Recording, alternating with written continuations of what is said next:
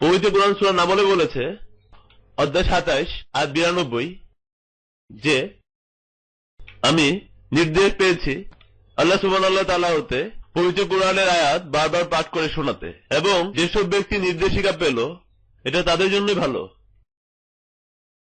ইনশাআল্লাহ আমি আশা করি আমাদের সকল মুসলিম এবং অন্যান্য ভাইয়েরাও আজ হতে প্রতিজ্ঞা করবেন ইনশাআল্লাহ, যদিও এটা আগে আমরা করিনি, আজ হতে আমরা পবিত্র কোরআন বোধগম্যতার সাথে পড়া শুরু করব। যদি আমরা আরবি না জানি আমরা সেই অনুবাদই পড়ব যে ভাষাটি আমরা ভালোভাবে জানি। আসুন সিদ্ধান্ত নেই যে আমরা পবিত্র কোরআন পড়ব এবং আল্লাহ সুবহানাহু ওয়া তাআলার কাছে প্রার্থনা করব যে আমাদের হেদায়েত করুন। প্রথমে পবিত্র কোরআনের বার্তা বোঝা লাগবে এবং পরে তা কাজে লাগানো লাগবে। আমি আমার কথা শেষ করতে চাই আমাদের প্রিয় নবীর একটি উদ্ধৃতির মধ্য দিয়ে,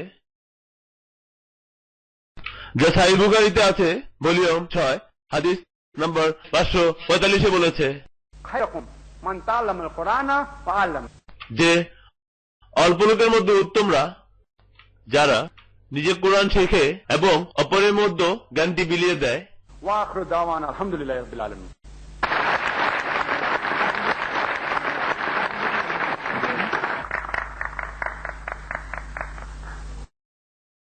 আমি আপনাদের হোস্ট এবং সঞ্চালক। এই প্রশ্ন উত্তর পর্বে আমি সঞ্চালন করব পুরো পর্বটি আমাদের দর্শকবৃন্দ এবং আজকের বক্তা ডক্টর জাকির নায়েকের মধ্যে।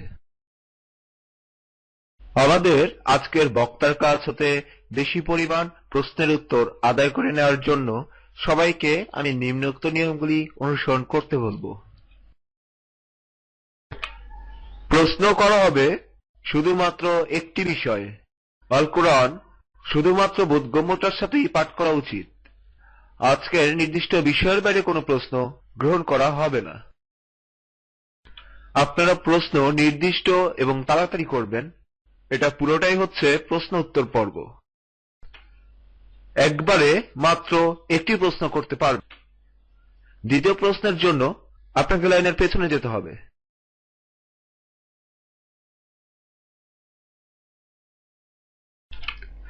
অডিটোরিয়ামে 3টি মাইক দেওয়া হবে দর্শকরা যাতে ঠিক মতো প্রশ্ন করতে পারে। দুটো পুরুষদের জন্য, আমার বামে এবং ডানে যারা মঞ্চের সামনে, এবং আরেকটি মাইক উপরে মহিলাদের জন্য দেওয়া হবে। যদি আপনি বক্তাকে প্রশ্ন করতে চান তবে কোনো একটি মাইকের সামনে লাইনে এসে দাঁড়াবেন। প্রশ্নটি মাইকেই করবেন। মাইকটি যখন আপনার সামনে দেওয়া হবে আমাদের লোকের মাধ্যমে। আমরা একটি মাইক হতে একটি প্রশ্নই নিব, ঠিক ঘড়ির গতির অনুসারে।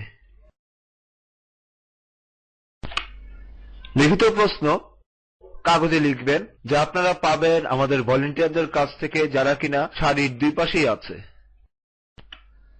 আসুন প্রথম প্রশ্নটি আমরা মহিলা বিভাগ থেকে শুরু করি।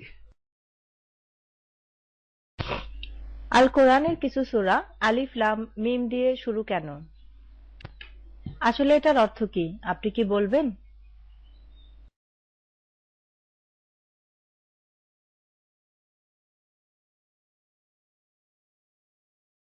দিন প্রশ্নটি করেছেন যে নির্দিষ্ট কিছু হরফের আসল অর্থটা কি, যা সূরাগুলো প্রথমে আসে, যেমন আলিফ লাম মিম ইয়াসিন হা মিম। এগুলোর অর্থ কি? এই বর্ণগুলো পরিচিত মুকাদ্দাস হিসেবে, এবং যদি বিশ্লেষণ করেন মোটমাট 29টি আরবি বর্ণমালা পাওয়া যায় আরবি ভাষায়। আপনি যদি গণেন হামজা এবং আলিফ দুটো বর্ণ, এবং আপনি যদি কোরআনে বিশ্লেষণ করেন 114টি সূরার মধ্যে 29টি সূরার ভেতরেই এ ধরনের সংখ্যাপক বর্ণ পাবেন। কখনো স্বতন্ত্রভাবে, মাঝে মধ্যে একত্রিতভাবে 2-এর, 3-এর, 4-এর, সর্বোচ্চ 5টিকে একত্রে দেখা যায়। বিশ্লেষণ করলে এটাকে দেখা যায় 3টি সূরায়, যেমন সাদ, কফ, নুন। এটাকে দুটি বানের সমন্বয়ে আসতে দেখা যায় 10টি আলাদা সূরাতে, যেমন তহা, তসিন, ইয়াসিন এবং হামিম 7টি সূরাতে। এটাকে 3টি সমন্বয় হিসেবে দেখা যায় তিনটি আলাদা ক্রম অনুসারে, যেমন আলিফ লাম মিম মোট 6টি সূরাতে, আলিফ লাম র 6 সূরাতে এবং ত সিন মিম 2টি সূরাতে। এটা এমনকি 4টি সমন্বয় এসেছে। সংক্ষেপক বর্ণ 2টি ভিন্ন সূরার ভিতর এবং 5টি সমন্বয় হিসাবে 2টি সূরাতে, এবং বিভিন্ন সূরাতে সংক্ষেপক বর্ণের বিভিন্ন সমন্বয় দেখা যায়। মূল প্রশ্নটি হচ্ছে, আসল প্রশ্নটা কি? এই সংক্ষেপক বর্ণগুলোর আসল মর্মটা কি? এগুলোর উপর বই এবং বান্ডিল বান্ডিল গবেষণা করা হয়েছে শুধুমাত্র এগুলোর অর্থ ব্যাখ্যা করতে। বান্ডিল বান্ডিল কয়েকটা কথা বলি, কয়েকটা বলা হয়েছে। এটা হচ্ছে সংক্ষিপ্ত রূপ বিশেষ কিছু শব্দের, যেমন নুন নূরের সংক্ষিপ্ত রূপ। কেউ বলে এটা স্বাক্ষর আল্লাহ সুবহানাহু ওয়া তাআলার, কেউ বলে এটা আল্লাহ সুবহানাহু ওয়া তাআলার সংক্ষিপ্ত নাম, কেউ বলে এটা নাম সূরার শিরোনামে। যা অনেকে বলে এটা ব্যবহার করা হয় ফরানি হিসেবে। ফরানির কাজ হলো কোরআনকে সুন্দরভাবে সুসজ্জিত করা। কেউ কেউ বলে যে এই আরবি বর্ণগুলো, এগুলোর কোনো সংখ্যাবাচক অর্থ আছে, এ কারণে এটা কোনো সংখ্যাবাচক সংকেত আছে। আবার কিছু লোক বলে এই সংক্ষিপ্ত বর্ণগুলো, এগুলো জিবরাইল আলাইহিস সালাম ব্যবহার করেছিলেন মুহাম্মদ সাল্লাল্লাহু আলাইহি ওয়াসাল্লামের দৃষ্টি আকর্ষণের জন্য, এবং এটা বর্তমানে ব্যবহার করা হয় পাঠকদের দৃষ্টি আকর্ষণের জন্য। এভাবে অনেক কারণ বলা যায়, কিন্তু সর্বোচ্চ যুক্তিযুক্ত কারণ হচ্ছে যাতে আমি সম্মত, যা একই রকম, যা আরো আছে, এবং আমি পড়েছি হুয়ে কাফিবের, যেমন জেমুক খায়রিতে তেমন ইবনে তাইমিয়াতে। এরা দুজনেই পবিত্র কোরআনের উপর পণ্ডিত ব্যক্তি। পবিত্র কোরআন বলে সূরা ইমরানের অধ্যায় 3 আয়াত 7 যে পবিত্র কোরআনে বেশ কিছু আয়াত তারা যথেষ্ট স্থাপিত। আয়াতগুলোর মধ্যে কিছু আয়াত আছে অন্যরকম, কিছু আয়াত ভালোভাবে স্থাপিত নয়। উদাহরণস্বরূপ বলা যায় কুল হুয়াল্লাহু আহাদ, এটা প্রচন্ড জনপ্রিয় আয়াত, এটাই কোনো ধরনের বিতর্ক নেই। এটা বলে আল্লাহ এক ও অদ্বিতীয়। কিছু আয়াত যথেষ্ট স্থাপিত না, যেমন আলিফ লাম মিম ইয়াসিন ত নুন খফ এবং আরো অনেক। কিন্তু আমাদের দেখতে হবে পবিত্র কোরআনে বিভিন্ন জায়গায় বলা আছে আমি পবিত্র কোরআনকে তোমাদের বোঝার জন্য সহজ করে দিয়েছি। এই সব কিছুটা দুর্বল স্থাপিত আয়াত, তাদের অর্থ পবিত্র কোরআনের অন্য প্রতিষ্ঠিত আয়াতের উপর নির্ভরশীল। পবিত্র কোরআনের সর্বোত্তম ঘোষক কোরআন নিজেই। একটা জিনিসের উত্তর দেখা যাবে কোরআনের আরেক জায়গায় পাওয়া গেছে। গবেষকদের দেওয়া ব্যাখ্যা অনুযায়ী যা আমি সর্বোত্তম উত্তর হিসেবে মানি, তা হচ্ছে যখন কোরআন অবতীর্ণ হয় আরবি শব্দ এবং কথা, আরবরা তাদের ভাষার জন্য গর্বিত ছিল। ওই সময়ে তারা তাদের ভাষার জন্য গর্বিত ছিল।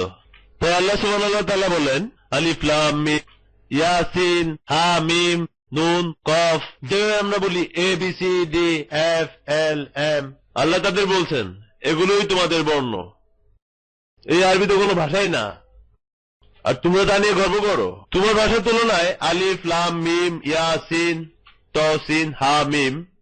আল্লাহ সম্প্রশ্ন করেন সূরা বাকারার অধ্যায় 2 আয়াত 23 বলা আছে وإن كنتم في ريب مما نزلنا على عبدنا, এবং তোমাদের যদি কোনো সন্দেহ থাকে যা আমি আমার বান্দা মুহাম্মদ সাল্লাল্লাহু আলাইহি সাল্লামকে সময় সময় অবতীর্ণ করেছি, فأتوا بسورة من مثله তাহলে এর মতো একটি সূরা রচনা করে নিয়ে এসো।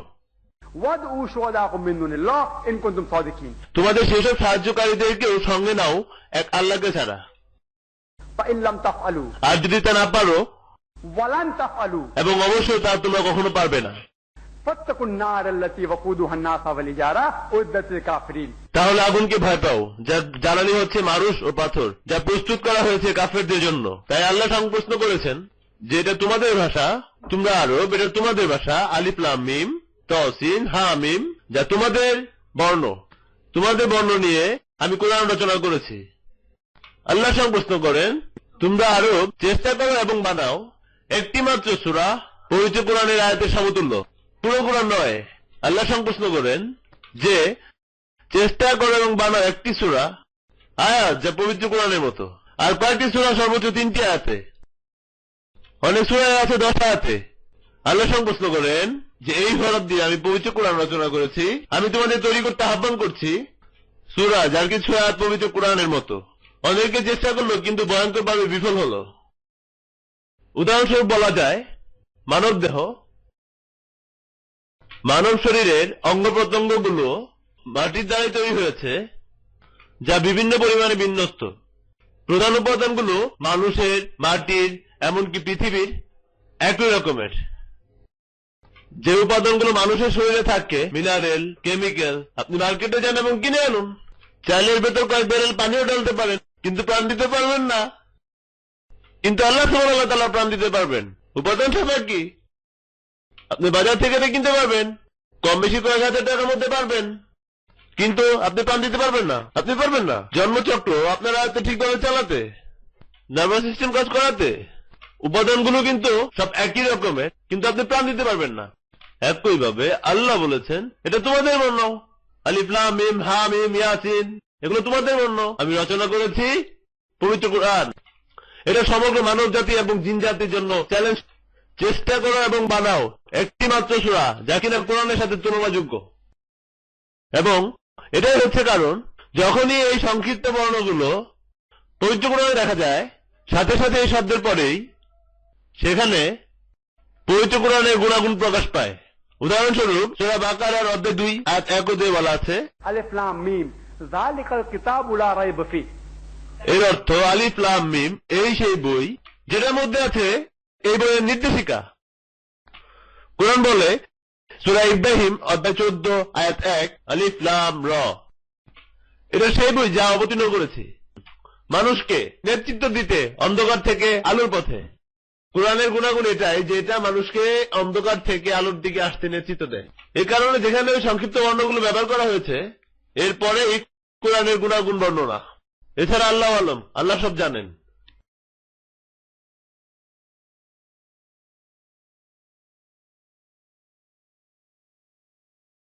আসসালামু আলাইকুম, আমি রিয়াজ বলছি।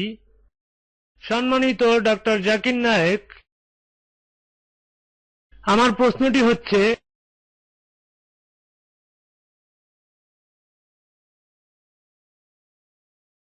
কোরআনের প্রতিটি হরফ পড়ার জন্য আমরা সওয়াব পাই বা দোয়া পাই, তার মানে কি ইবলিশ ইবলিশ ইবলিশ পড়া যা কিনা কোরআনেও আছে, যে পড়বে সেও নেকি পাবে?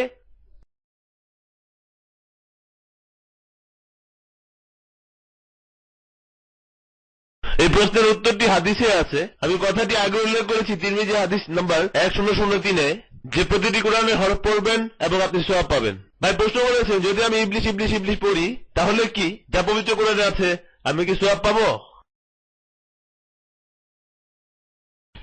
ভাই আপনি যদি ইবলিশ ইবলিশ ইবলিশ তসবিহ পড়ার মতো বলেন তাহলে আপনি কোনো সওয়াব পাবেন না। কিন্তু আপনি যদি ইবলিশ বোধগম্যতার সাথে পড়েন এবং বুঝেন যে ইবলিশ হচ্ছে শয়তান, সে হচ্ছে ডেভিল, সে হচ্ছে এভিল, সে আপনার শত্রু, তাহলে ইনশাআল্লাহ আপনি সওয়াব পাবেন।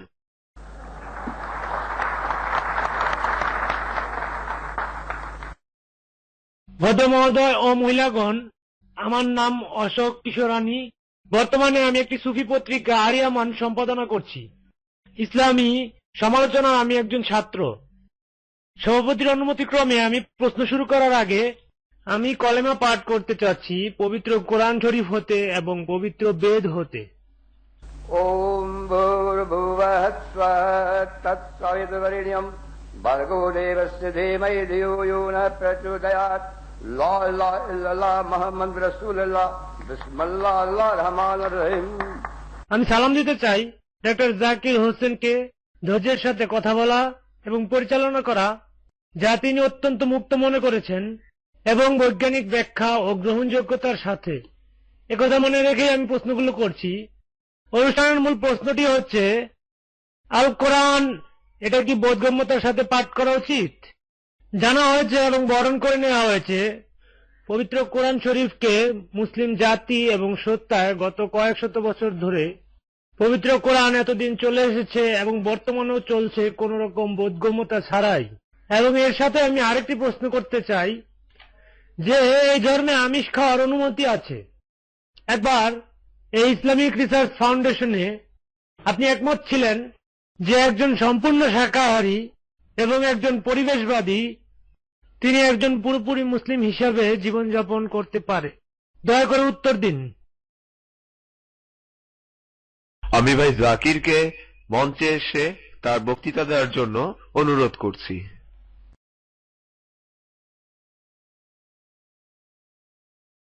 ভাই অনেকগুলো প্রশ্ন করেছেন এবং আমি সেগুলো উত্তর দিতে চাই। তিনি প্রশ্ন করার আগে বেশ কিছু মন্তব্য করেছেন। সে বলেছেন কোরআন কখনোই বোঝা যায়নি বিগত 1400 বছর ধরে। আমার তো মনে হয় না। পবিত্র কোরআন আলহামদুলিল্লাহ আগেই বোঝা হয়েছিল, বেশিরভাগ মানুষই অনেক আগেই তা বুঝেছিল। এটার কারণে আমি অনেক আগে বলেছি কোরআন ও আধুনিক বিজ্ঞান সম্পর্কে, কোরআনের বেশ কিছু বৈজ্ঞানিক বিষয়াদি ও বিশ্লেষণ সম্পর্কে। মানুষ আমায় জিজ্ঞেস করে যদি এই হয় যে কোরআন বিভিন্ন বৈজ্ঞানিক ব্যাপারে বলেছে, তাহলে মুসলিমরা পিছিয়ে কেন? আলহামদুলিল্লাহ মুসলিমরা পিছিয়ে নেই। যখন কোরআন অবতীর্ণ হয়, ইউরোপিয়ানরা 8ম থেকে 13 শতাব্দী পর্যন্ত বলতো অন্ধকার যুগ। এটা বলতো ইউরোপিয়ানরা, পুরো পৃথিবী নয়। মুসলিমরা আলহামদুলিল্লাহ অনেক এগিয়ে ছিল এবং যে ধরনের জ্ঞান তারা পবিত্র কোরআন এবং হাদিস থেকে পেয়েছিল, তারা করলো অসাধারণ গবেষণা, যাকে উল্লেখ করা যায় খুব অল্প সময়ে পরিশ্রমে তারা খুব উন্নতি করলো। তাই আলহামদুলিল্লাহ মুসলমানরা শিখরে ছিল। এখন কিছু বছর ধরে সংযোগ সেতুটি কোরআন এবং মুসলমানের মধ্যে কিছুটা দুর্বল। বেশ কিছু মুসলমান কোরআন বোধগম্যতার সাথে পড়ে, কিন্তু বেশিরভাগই পড়ে না। এ কারণে উনি এটা বলেছেন। কেউ যদি আমায় জিজ্ঞেস করে যে মুসলমানরা আজকালের পেছনে পড়ে আছে, এটার কারণ হচ্ছে মুসলমানরা এখন পিছিয়ে আছে, কারণ তারা কোরআন থেকে অনেকটা দূর সরে এসেছে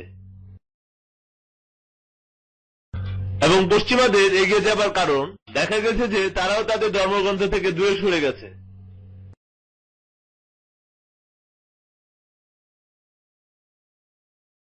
প্রশ্ন ফিরে আসি। আমার যতদূর মনে আছে, একটি মন্তব্য ও একটি প্রশ্ন উত্থাপিত হয়েছিল। একজন মুসলমান ভালো মুসলমান হতে পারে, একজন মুসলমান খুব ভালো মুসলমান হতে পারে একজন গরিব বাবুর্চি হয়েও। কিন্তু একইভাবে একজন মুসলমান খুব ভালো মুসলমান হতে পারে ডাক্তার না হয়েও, একজন মুসলমান খুব ভালো মুসলমান হতে পারে প্রকৌশলী না হয়েও, একজন মুসলমান খুব ভালো মুসলমান হতে পারে আইনজীবী না হয়েও। একজন লোকের প্রকৌশলী হওয়ার দরকার নেই, একজন লোকের আইনজীবী হওয়ার দরকার নেই। একজন মুসলমান খুব ভালো মুসলমান হতে পারে শাকাহারী হয়েও। কিন্তু কেন আমরা মুসলিমরা মাংসাহারী? এই উত্তরটি দেওয়া লাগবে। কেন আমরা মুসলমানরা মাংসাহারী? তার কারণ হলো, কারণ কোরআনে তা বলা আছে, ভালো জিনিস খাও যা দেয়া হয়েছে। কোরআন সূরা মায়দাতে অধ্যায় 5 আয়াত 1 বলে যে তোমরা চতুষ পর্যন্ত হালাল করতে পারো, তা ব্যতীত যা বিবৃত করা হয়েছে। আল্লাহ সুবহানাহু ওয়া তাআলা সূরা মুমিনুন অধ্যায় 23 আয়াত 21 বলেছে, এতে বলে চতুষ পর্যন্তদের মধ্যে চিন্তা করার কিছু বিষয় আছে। আমি তোমাদের দেই পানীয়, দুধ যা শরীর থেকে আসে, এবং খাওয়ার জন্য মাংস দেই। কিন্তু কেন ইসলামে আল্লাহ সুবহানাহু ওয়া তাআলা মানুষকে মাংস খেতে হালাল করেছেন? ব্যাপারে যদি খতিয়ে দেখেন, দাঁতের ব্যাপারটা, হিংস্র যে প্রাণীগুলো, বাঘ, চিতাবাঘ, সিংহ, তাদের তীক্ষ্ণ দাঁত আছে, তীক্ষ্ণ দাঁতের সারি। তারা শুধু মাংস খেতে পারবে, শাক পারবে না। নিরীহ প্রাণীগুলোর দাঁতের সারি দেখেন, গরু, ভেড়া, ছাগল, তাদের চ্যাপ্টা দাঁত। তারা শুধু শাক খেতে পারে, মাংস খেতে পারে না। যদি আপনি আয়নার সামনে যান এবং মানুষের দাঁতের সারিগুলো দেখেন, আমাদের তীক্ষ্ণ দাঁত আছে, চ্যাপ্টা দাঁত আছে। আমাদের মুখের সব ধরনের দাঁতেরই সুবিন্যাস করা আছে। যদি মহান সৃষ্টিকর্তা, যদি আল্লাহ সুবহানাহু ওয়া তাআলা আমাদেরকে শুধুমাত্র শাক হালাল করতেন, তবে কেন তীক্ষ্ণ দাঁত দিলেন? মানব দেহের পরিপাকতন্ত্র দুটোই হজম করতে পারে, নিরামিষ এবং আমিষ। মাংসাহারী প্রাণীর পরিপাকতন্ত্র নিরামিষ হজম করতে পারে না। নিরীহ প্রাণীর পরিপাকতন্ত্র মাংস হজম করতে পারে না। যদি আল্লাহ আমাদের চাইতো, যদি মহান সৃষ্টিকর্তা চাইতো আমরা শুধু নিরামিষ খাই, তবে কেন আমাদের দুটোই হজম করে পরিপাকতন্ত্র দিলেন? কেন? ভাই প্রশ্ন করেছিলেন যদি তুমি কাঁচা খাও তাহলে কি হবে?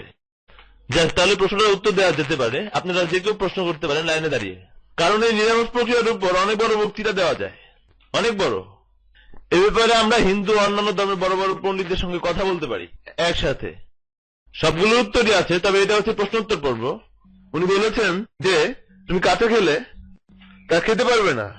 আমি বলি যদি রান্নাও করা হয় তাও সেটা নিরীহ প্রাণী হজম করতে পারবে না।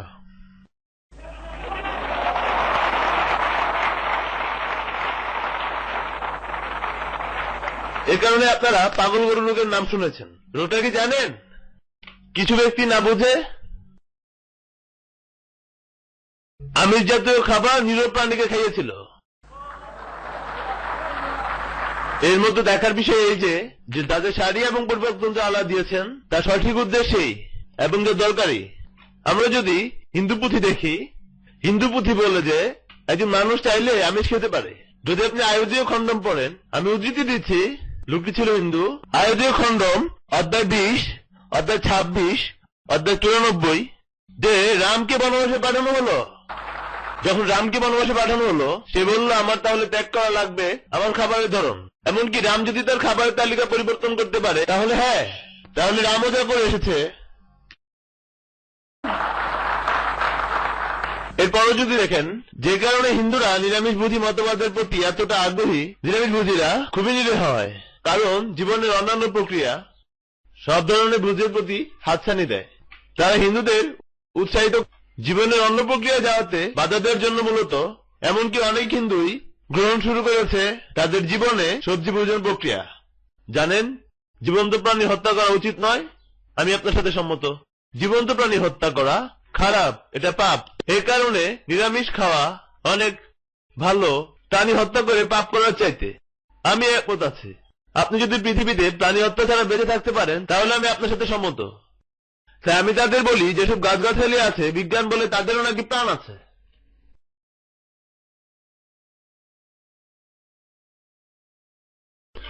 আবার আমার ভাই কিছু প্রশ্ন করতে যাচ্ছেন, আমি পরিষ্কার বাংলায় আপনাকে বিনয়ের সাথে বলতে চাই যে দয়া করে বাধা দিবেন না। আমি উত্তরগুলো বলছি, সাধারণভাবে উত্তরটা দেওয়া যায়। জানোয়ারের ভেতরে কিন্তু আত্মা থাকে না।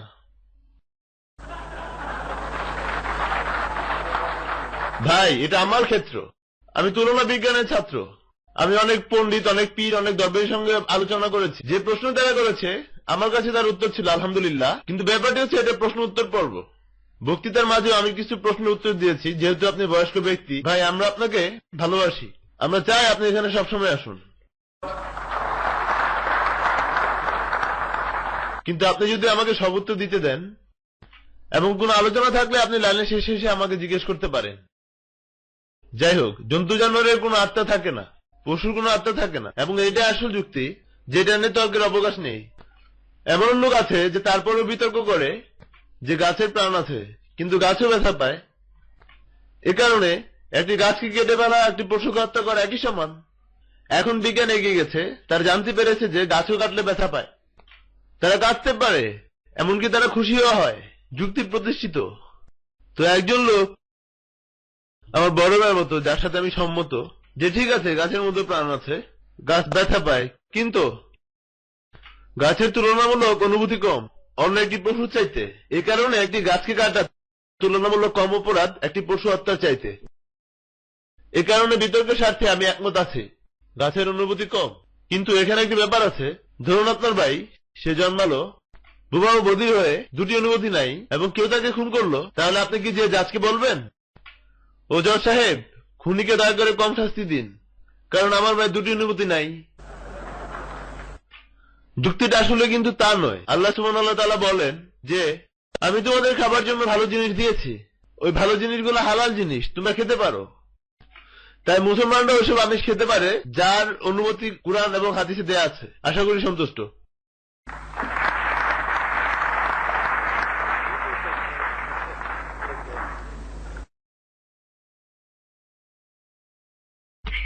সালামু আলাইকুম। আমি আপনাকে একটা ছোট প্রশ্ন করতে চাই যে আপনি বলেছিলেন যে অমুসলিমদের জন্য ভালো হয় যে যদি আমরা তাদেরকে আরবি বর্ণ সহ কোরআনের অনুবাদ দেই। আমরা জানি যে আমরা ওযু ছাড়া কোরআন শরীফ ধরতে পারবো না, তাহলে কি তারাও ওযু ছাড়া কোরআন শরীফ ধরতে পারবে? তাহলে তারা কি করবে? এবং আমার আরেকটি প্রশ্ন আছে, আপনি বলেছেন যে ভ্রমণের সময় পকেট কোরআন শরীফ পড়া উত্তম, তাহলে তা ধরতেও তো ওযু লাগবে, ঠিক না? ভ্রমণের সময় অজু করাও তো একটা সমস্যা, ঠিক না? বোন প্রশ্নটি করেছেন যে আরবি কোরআন বা অনুবাদ পড়ার সময় আমাদের কি অজু করার প্রয়োজন নেই, এবং আরবি কোরআন অমুসলিমদেরকে দিলে তারা অজু ছাড়া ধরবে কিভাবে? বোন, শুধু যে অজুই দরকার আসলে তা নয়, এছাড়া অনেক ধরনের পন্থা আছে, বিভিন্ন পন্থা। এবং যখন উদ্ধৃতি দেওয়া হয়, উদ্ধৃতিটি মানুষের জন্য নয়, এটা ফেরেশতাদের জন্য, যা আমি আগেই উল্লেখ করেছি। তারা এটা প্রমাণ করেছে যে কোরআন ধরতে অজু লাগবেই। এখানে কিছুটা বিভ্রান্তি আছে এবং আমি আপনাদের অনেকগুলো উদাহরণ দিচ্ছি। এটা আসলে বলা হয়েছে ফেরেশতাদের জন্য, এটা মানুষের জন্য নয়। কিন্তু এটা নিয়ে বিভিন্ন মত আছে। উদাহরণস্বরূপ হানেফি, শাফি, মালিকি, হাম্বেলি, প্রত্যেকেরই আলাদা আলাদা মত আছে। হানেফি বলে যে অজু ছাড়া আমরা ধরতে পারবো না, কিন্তু এটা যদি একটা কাপড় দিয়ে মোড়ানো থাকে ধরতে পারবে। হানিফপন্থীরা বলে যে শক্ত মলাটি নিজে এদের মাঝখানে আছে, তাই আপনি পবিত্র কোরআন ধরতে পারেন কাপড় ছাড়া, কারণ মলাট আছে। কেউ বলে কোরআন ধরতে পারেন, কিন্তু কোরআনের আরবি বর্ণগুলো ধরতে পারবেন না। শাফিদের মধ্যে শাফি গবেষকরা বলেন পবিত্র কোরআনে মলাট থাকলেও আপনি তা অজু ছাড়া ধরতে পারবেন না, তারা মানা করে। মালিকি কিছুটা একই ধরনের কথা বলে, কিন্তু মালিকি বলে যদি একজন ছাত্র কোরআন শিখতে চায় এবং একজন শিক্ষক যদি কোরআন শিক্ষা দিতে চায়, অজু ছাড়াই তারা কোরআন ধরতে পারবে। এমনকি জানাজার সময়ও অথবা অনুষ্ঠানের সময় মালিকিপন্থীরা বলে আপনারা ধরতে পারবেন, যদি একজন ছাত্র কোরআন শিখতে চায়, যদি একজন শিক্ষক কোরআন শিক্ষা দিতে চায়। কারণ অন্যথায় যেসব মহিলারা কোরআনে হাফিজ হতে যাচ্ছে তারা ভুলে যাবে কিছুদিনের মধ্যেই। বিভিন্ন মত, হাম্বলিপন্থীরও আলাদা মত। যদি আপনি দেখবেন যে জাহিরের মতদর্শ অনুযায়ী তারা যা বলে, এবং ইবনে হাজম তিনি এই ব্যাপারটি বিস্তারিতভাবে আলোচনা করেছেন। ইবনে হাজমের মতে সে বলে যে কোনো ধরনের পূর্ব শর্ত নেই, কোনো ধরনেরই বাধ্যবাধকতা নেই কোরআন ধরতে হলে। কিন্তু সব বিশেষজ্ঞের একমত যে অজু করা উত্তম।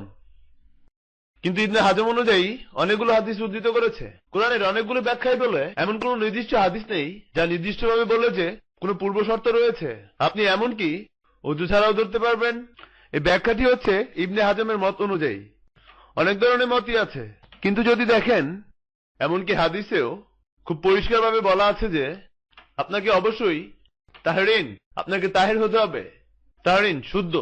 আপনি যদি আরবি শব্দটি ব্যাখ্যা করেন, এটা আসলে শুদ্ধদেরকে বোঝায়। এটা শুধু তাদেরকে বোঝায় না যারা কিনা অজু অবস্থায় আছে।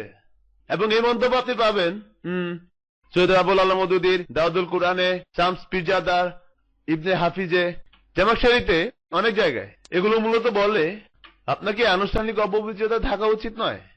যদি আপনি একমত হন হাদিসটি সহিহ, তাহরিনের অর্থ হলো আপনার আনুষ্ঠানিক অপবিত্রতায় থাকা উচিত নয়। আপনি যদি আনুষ্ঠানিক অপবিত্রতা থাকেন এবং এটা যদি সহবাসের পর হয় বা আপনি যদি চক্রের ভেতর থাকেন, তখন ধরা উচিত নয়। এটা হচ্ছে ওই সহিহ হাদিস মতে। এটা বোঝায় না যে আপনার অজুতেই থাকা লাগবে। কিন্তু এগুলো বিভিন্ন মত, আপনি যাদের জিজ্ঞেস করতে পারেন তারা এভাবে ভেবেছে কেন। আমি তাদের সাথে একমত যে অজু করা সর্বোত্তম ব্যবস্থা, কিন্তু অজু ছাড়া ধরা হারাম না, কারণ পবিত্র কোরআনে কোনো আয়াতে তা বলা নেই, এমনকি কোনো সহিহ হাদিসেও তা বলা নেই। এবার আসি অমুসলিমদের ধরার ব্যাপারে। ইবনে হাজম অনুযায়ী একজন মুসলিমও আনুষ্ঠানিক অপবিত্রতায় ধরতে পারে। এটা ঠিক বা ভুল আপনি তার বই থেকে যাচাই করতে পারেন। কিন্তু আপনি যদি সম্মত হন একজন অমুসলিমও ধরতে পারবে, কিন্তু যে ব্যাপারটি নিয়ে আমি এগোতে যাচ্ছি কোরআনে যা বলে উদু ইলা সাবিলি রাব্বিকা বিল হিকমা ওয়াল মাউযাতিল হাসানা ওয়াজাদিলুম বিল্লাতি আহসান। সূরা নাহল অধ্যায় 16 আয়াত 125 বলেছে, পালনকর্তার পথের প্রতি আহ্বান করুন জ্ঞান ও উপদেশের মাধ্যমে উত্তম রূপে, এবং তাদের সাথে বিতর্ক করুন পছন্দযুক্ত পন্থায়। আপনি যদি দেখেন পবিত্র কুরআন চ্যালেঞ্জ করেছে। একটি চ্যালেঞ্জের কথা বলেছি আলিফ লাম মিম নিয়ে, যে পবিত্র কোরআনে একটি সূরা চেষ্টা করে বানাও। যদি সব মানুষ একত্রিত হয়, কোরআন সূরা ইসরা বলে অধ্যায় 17 আয়াত 88-তে, যদি সব মানুষ ও জিন একত্রিত হয়ও তবুও তারা পবিত্র কোরআনের একটি আয়াত রচনা করতে পারবে না। এবং আবারও পবিত্র কোরআন সূরা নিসায় অধ্যায় 4 আয়াত 82-তে বলেছে, আফালা ইয়াতাদাব্বারুনাল কুরআনা ওয়ালাউ কানা মিন ইনদি গায়রিল্লাহ লাওয়াজাদু ফি ইখতিলাফান কাসীরা। এরা কি লক্ষ্য করে না কোরআনের প্রতি? পক্ষান্তরে এটা যদি আল্লাহ ব্যতীত অপর কারো পক্ষ থেকে হতো তবে এতে অবশ্যই বহু বৈপরীত্য দেখতে পেত। তাই কোরআন চ্যালেঞ্জ করে যারা কোরআনে অবিশ্বাস করে অমুসলিমরা, তোমরা যারা কোরআনকে গুরুত্বের সাথে নাও না, এটা আল্লাহ ছাড়া অন্য কেউ রচনা করলে এখানে বৈপরীত্য থাকতো। তো যখন অমুসলিমরা কোরআনকে যাচাই করতে চায় এবং আল্লাহ চ্যালেঞ্জ করেন, সাধারণভাবে তাকে এটা ধরতে হয়। সে কোরআন ধরা ছাড়া এটা যাচাই করতে পারে না। আল্লাহ যখন তাদের শর্ত দেয় এবং তারা ধরতে পারে, আমরা কেন তাদের বাধা দেব? এবং আল্লাহ যখন আসেন বিচার কার্যে কিয়ামতের দিনে, আমি আগেও বলেছি আমি আমার প্রিয় নবীর সাথে একসাথে থাকব। যখন আমাদের প্রিয় নবী কোরআনের আয়াত অমুসলিমদেরকে দিয়েছেন, আপনি কি মনে করেন আপনি নবী থেকে পবিত্র? নবীর চাইতে পবিত্র? নবী অমুসলিমদেরকে আয়াত দিয়েছেন, আমরা কেন দিব না? আপনি যদি কোরআন বিশ্লেষণ করে বুঝে পড়েন বা সহিহ হাদিস পড়েন, আপনি বুঝতে পারবেন যে আমাদের উচিত কোরআনের বার্তা সমগ্র মানব জাতির নিকট পৌঁছে দেয়া, এবং অমুসলিমদের কাছেও আশা করি উত্তর বুঝে পেয়েছেন।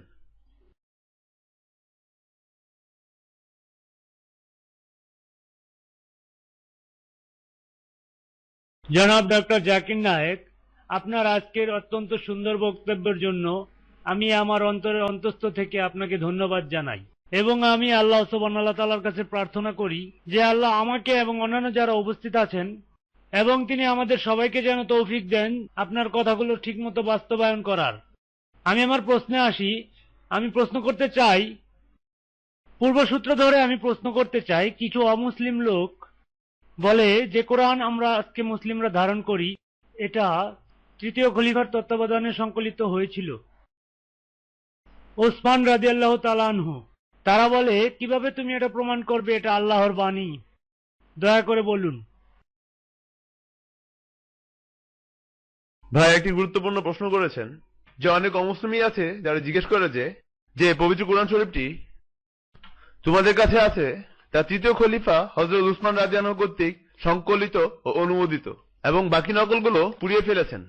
সাধারণভাবে অনেক ধরনের কোরআন ছিল এবং তার মধ্যে একটি মাত্র অনুমোদিত ও সংকলিত হয়েছে হযরত উসমান কর্তৃক। এ কারণে এর অনেক সংস্করণ, এবং তোমাদের কাছে এটি হয়তো আল্লাহর বাণী নয়, ইত্যাদি ইত্যাদি। কিভাবে এটা আল্লাহর বাণী তা বুঝতে চাইলে আপনারা আমার ভিডিও কাছে দেখতে পারেন, is the Quran the word of God. যে কোরআনকে আপনি যুক্তিতে প্রমাণ করতে পারবেন যে এটা আল্লাহ তাআলার বাণী। এবার আসি, সে কি পুড়িয়েছিল বা সংকলন করেছিল? এটা বলা খুবই ভুল হবে যে উসমান রাদিয়াল্লাহু আনহু তাআলা সেই লোক যে কোরআন সংকলন করেছিল, অনুমোদন দিয়েছিল। মূলত কোরআন সংকলিত হয়েছিল আমাদের প্রিয় নবী মুহাম্মদ সাল্লাল্লাহু আলাইহি সাল্লামের উপস্থিতিতেই। যখনই পবিত্র কোরআনের কোন আয়াত প্রিয় নবীর প্রতি অবতীর্ণ হতো, তিনি তাৎক্ষণিক মুখস্থ করতেন, তারপর সাহাবাদের নিকট উপস্থাপন করতেন, তারপর সাহাবারা মুখস্থ করত, এবং সাথে সাথে প্রিয় নবী তার সাহাবাদেরকে লিখে রাখতে বলতেন, এবং লেখা শেষ হলে নবীজি তা যাচাই করতেন। আমরা জানি যে নবী নিরক্ষর ছিলেন, তিনি লিখতে পড়তে জানতেন না, কিন্তু তিনি যাচাই করতেন। যেমন প্রথম যে দুটি আয়াত নাজিল হয়েছিল, সূরা ইকরা, সূরা আলাক, অধ্যায় 96, আয়াত 1 ও 2, ইকরা বিসমি রাব্বিকাল্লাযী খালাক খালাকাল ইনসানা মিন আলাক। তিনি এটা বললেন, সাহাবাদেরকে নির্দেশ দিলেন, তারা লিখলো। তার লেখার পর নবীজি বললেন, এবার পড়ো। তারা পড়লো, ইকরা বিসমি রাব্বিকাল্লাযী খালাক খালাকাল ইনসানা মিন আলাক। ঠিক আছে। কোনো ভুল থাকলে তিনি ঠিক করতেন। যাই অবতীর্ণ হতো তিনি সাহাবাদের বলতেন, তিনি তা মনে রাখতেন, সাহাবারা তা মনে রাখতো। তিনি সাহাবাদের স্মরণশক্তি পরীক্ষা করতেন যে ঠিকমতো তারা স্মরণ করেছে কিনা। তারপর লেখার পর তিনি তাদের জিজ্ঞেস করতেন, লিখিত জিনিসটির শুদ্ধতা তিনি যাচাই করতেন। এবং যখন বিপ্লব শুরু হলো, তিনি সাহাবীদের বললেন যে পবিত্র কোরআনের আয়াতটি অমুক সূরার অমুক আয়াতের পরে বসবে। এগুলো ছিল স্বর্গীয়, কারণ যেভাবে কোরআন অবতীর্ণ হয়েছিল তাতে আমরা সূরা ইকরার 1 ও 2 আয়াত যেখানে আছে তা আমরা পেতাম না। তাই এটা অবতীর্ণ হওয়ার পর নবীজি যখন এটা পুরো যাচাই করলেন, তিনি বললেন এই আয়াত এই সূরার মধ্যে যাবে। এবং এখন যা আমাদের কাছে আছে, ক্রমটি বেহেশতে রক্ষিত লৌহে মাহফুজের ক্রমের অনুরূপ। আমাদের এটা বুঝতে হবে যে প্রতি রমজানে জিবরাইল আলাইহিস সালাম পুনরাবৃত্তি করতেন, এবং নবীও পুনরাবৃত্তি করতেন যা অবতীর্ণ হয়েছিল জিবরাইল আলাইহিস সালামের সাথে। এবং নবীজির মৃত্যুর আগের রমজানে কোরআন দুবার পুনরাবৃত্ত হয় ক্রমানুসারে। তাই কোরআন আল্লাহ সুবহানাহু ওয়া তাআলার ইচ্ছা অনুযায়ী এসেছে এবং তার ইচ্ছার ক্রমানুসারে। কিন্তু যার উপর এটা লিখিত, কোরআনের কিছু আয়াত লেখা হয়েছিল উটের গতিতে, কিছু রোদে পোড়ানো চামড়ায়, কিছু চাচা চামড়ায়, এবং কিছু লেখা হয়েছিল পাতলা পাথরের টুকরোয়, কিছু লেখা হয়েছিল তাল পাতায়, কিছু তরবারি ফলায়, বিভিন্ন জিনিসে। নবীজি বলার পর ইসলামের প্রথম খলিফা হযরত আবু বকর রাদিয়াল্লাহু আনহুর আমলে ইয়ামামা যুদ্ধের বেশ কয়েক বছর পরে সেখানে অনেক হাফেজ ছিলেন যাদের কিনা কোরআন মুখস্থ ছিল, যাদের অনেকেই যুদ্ধে মারা গিয়েছিল, এবং এই সমস্যাটা তখন যথেষ্ট পীড়াদি ছিল। হযরত আবু বকর এবং হযরত উমর রাদিয়াল্লাহু আনহু দুজনেই। তখন হযরত আবু বকর, আল্লাহ তার উপর শান্তি বর্ষিত করুক, সব লেখককে ডাকলেন যারা লিখেছিল যখন প্রিয় নবী তাদেরকে বলতেন, এবং তিনি এমন একজনকে দায়িত্ব দিলেন যার ভালো লেখনী ও ভালো মুখস্থ বিদ্যা ছিল। তিনি বললেন, তোমার দায়িত্ব হলো সবগুলো উপাদান একত্রিত করা এবং একটি উপাদানে নিয়ে আসা। কোরআন সংকলিত ছিল এবং বিন্যস্ত ছিল আগে থেকেই, এটা শুধুমাত্র একত্রিত করা হলো পাথর, চামড়া ইত্যাদি হতে, যা কিনা সম্পূর্ণ তত্ত্বাবধানে ছিল হযরত যায়েদ বিন সাবিদের, তার উপর শান্তি বর্ষিত হোক। অন্যান্য সাহাবাদের সাথে নিয়ে এই সবগুলো উপাদান হতে নকল করা হয়েছিল একটি উপাদানে ক্রমানুসারে। পুরো জিনিসটাকে একটা বইয়ের আকার দিতে হযরত আবু বকর এটা করলেন, কিন্তু ক্রম এবং অন্যান্য ব্যাপার আগে থেকে তৈরি করা ছিল একই পাতাতে। এটা আবু বকর করেছিলেন, তার উপর শান্তি বর্ষিত হোক। পরবর্তীতে এই সংস্করণটি হযরত ওমরকে দেওয়া হয়েছিল তার দ্বিতীয় খলিফা হওয়ার পর। তার মৃত্যুর পর সে এটা তার কন্যাকে দিয়ে যায়, হযরত হাফসা, আল্লাহ তার উপর শান্তি বর্ষিত করুক, যিনি নবীর স্ত্রী ছিলেন। হযরত উসমানের শাসন আমলে, আল্লাহ তার উপর শান্তি বর্ষিত করুক, বেশ কিছু মতানৈক্য ছিল মুসলিমদের মধ্যে, যা অনেক দূরে থাকত, যেখানে ইসলাম অনেক দেরিতে পৌঁছেছিল। তাদের সাথে অন্যান্য মুসলিমদের কোরআনের উচ্চারণ নিয়ে মতানৈক্য দেখা দিল। তর্কের অবসানের জন্য হযরত উসমান সবাইকে বললেন, আমাদের এটা লক্ষ্য রাখতে হবে যে কোরআনের সঠিক সংস্করণটি মুসলিম বিশ্বের বিভিন্ন প্রান্তে পৌঁছায়। সে যা করলো, সে আবার ডেকে পাঠালো লেখকদের এবং হযরত হাফসার কাছ থেকে কপিটি নিয়ে নিল, তার উপর শান্তি বর্ষিত হোক, যে প্রিয় নবীর স্ত্রী ছিল এবং হযরত উমরের কন্যা ছিল। এবং সে লেখকদের ডাকলো এবং একটি কমিটি তৈরি করলো আবার কপির জন্য। নকলের পর সে মুসলিম বিশ্বকে বলল, আর যত নকল তোমাদের কাছে আছে তা তোমরা পুড়িয়ে ফেলো।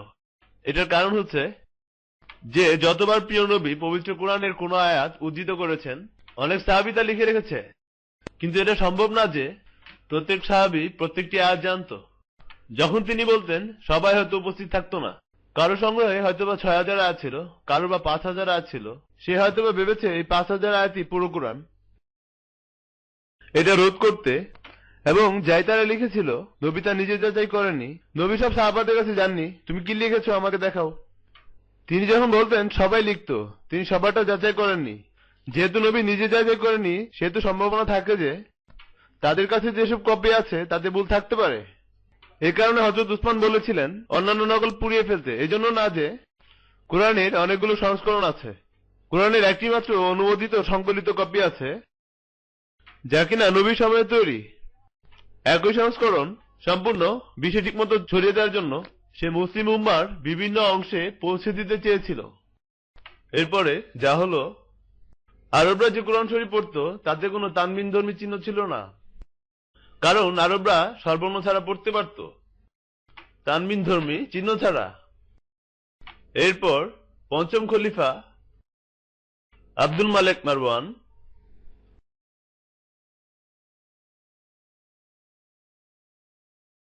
তার অধস্তন ইরাকের সরকার প্রধান ইউসুফ বিন নাজাজ, সে তানবিন ধর্মী চিহ্নগুলো বসালো, যাকে আমরা জের জবর পেশ বলি ইন্ডিয়াতে।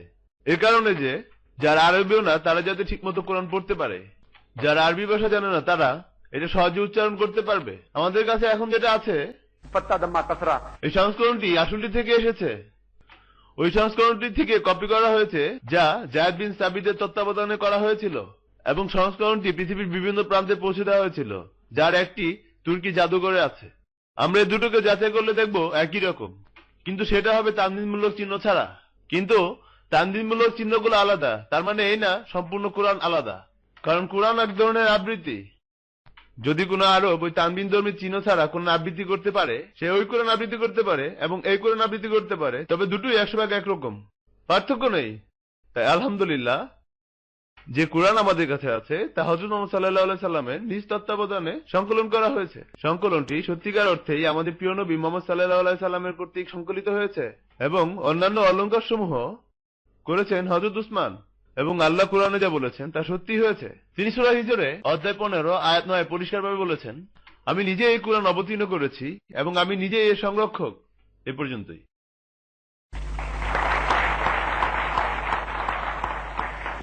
আসসালামু আলাইকুম ভাইয়া, আমার প্রশ্ন হচ্ছে, যখন কোনো অমুসলিম বলে যে কোরআন শয়তান লিখেছে, তখন আমরা কি উত্তর দিব? ধন্যবাদ। বোন প্রশ্নটি করেছে যে যখন অমুসলিমরা বলে যে কোরআন শরীফ শয়তান লিখেছে তখন কি উত্তর দিব। বোন, যদি ধরি শয়তান কোরআন লিখতো তাহলে সে কেন বলতো? সূরা নাহলে অধ্যায় 16 আয়াত 98, যখন তোমরা কোরআন পড়বে বলো আউযু বিল্লাহি মিনাশ শাইতানির রাজিম। সে কেন তার নিজে লিখিত বই এটা বলবে যে যখনই তোমরা আমার বই পড়বে বলবে হে আল্লাহ আমাকে বিতাড়িত শয়তানের হাত থেকে রক্ষা করুন? সে কেন নিজের বইয়ে এই কথা বলবে? সে কেন নিজের বইয়ে নিজেকে অভিশাপ দিবে? পবিত্র কোরআনে আরো বলা আছে সূরা আরাফে অধ্যায় 7 আয়াত 200-তে, যখনই শয়তান তোমাদের কোনো প্ররোচনা দেয় তোমরা আল্লাহর কাছে সাহায্য প্রার্থনা করো। শয়তান কেন স্বয়ং তার নিজের বইয়ের কথা লিখবে যে যখনই আমি তোমাকে প্ররোচনা দিব তখনই তুমি আল্লাহর কাছে আশ্রয় প্রার্থনা করবে? এবং শয়তানের কাছে আল্লাহ হচ্ছে আমাদের শত্রু, তাহলে সে কেন বলবে আমার শত্রুর কাছে যাও এবং আশ্রয় নাও? এবং যদি আরো বিশ্লেষণ করি, এই দোষারোপ নতুন দোষারোপ নয়, এই দোষারোপ অনেক পুরাতন এবং এই ব্যাপারটি নবীর আমলে হয়েছিল। এমনকি প্যাগানদের ওই সময় বলেছিল এই গ্রন্থটি এসেছে শয়তানের কাছ থেকে। এ কারণে সূরা ওয়াকিয়ার একটি আয়াত আমি আগেই বলেছিলাম অধ্যায় 56 আয়াত 77 থেকে 80, এটা অবতীর্ণ হয়েছিল মক্কার মুশরিকদের দোষারোপের প্রতি উত্তরে, যখন তারা বলল মুহাম্মদ শয়তানের কাছ থেকে বার্তা পেয়েছে। এবং এই বার্তার অর্থ হচ্ছে, আমি আবার উদ্ধৃত করছি, কোরআন হচ্ছে সবচেয়ে সম্মানিত গ্রন্থ। গ্রন্থটি ভালোভাবে রক্ষিত এবং সংরক্ষিত, কেউ এটা ধরতে পারবে না ব্যতীত যারা শুদ্ধ এবং পবিত্র। এটা বিশ্বপ্রভুর আসমানি কিতাব। বলা হয় এটা কিতাবিন মাকনুন, এই সুরক্ষিত গ্রন্থ যা কিনা লহে মাহফুজে আছে, ফেরেশতা ছাড়া কেউ ধরতে পারবে না। যারা কিনা শুদ্ধ, আপনারা জানেন শয়তান শুদ্ধ না, তাই কোরআন বলে শয়তান কখনো লোহে মাহফুজের আশেপাশে আসতে পারবে না, আশেপাশে আসতে পারবে না, তাই তার পক্ষে এটা করাই সম্ভব না। এটা আবারও নিশ্চিত করা হয়েছে পবিত্র কোরআনে সূরা শুআরায় অধ্যায় 26 আয়াত 210 থেকে 12, যে কোন শয়তান এই পবিত্র কোরআন ধরতে পারেনি, এই আসমানি কিতাব। এটা সহ্য করতে পারেনি, তৈরিও করতে পারেনি, এবং এটা এত দূরে রাখা হয়েছে যে সে শুনতেও পায়নি। এবং কোরআন নিজেও বলে এই কিতাব শয়তানের নয়, প্রমাণ করতে যে এটা আল্লাহ সুবহানাহু ওয়া তাআলার গ্রন্থ। আপনারা ভিডিও কাছে দেখতে পারেন, is the Quran the word of God. আসসালামু আলাইকুম, আমার নাম আলফাজ। আমার প্রশ্ন হচ্ছে, এটা কি সঠিক যে কোরআন খানি যা হচ্ছে পুরো কোরআনকে একসাথে পড়া কোনো অনুষ্ঠানের শুরুতে অথবা কোনো মুসলমানের মৃত্যুতে?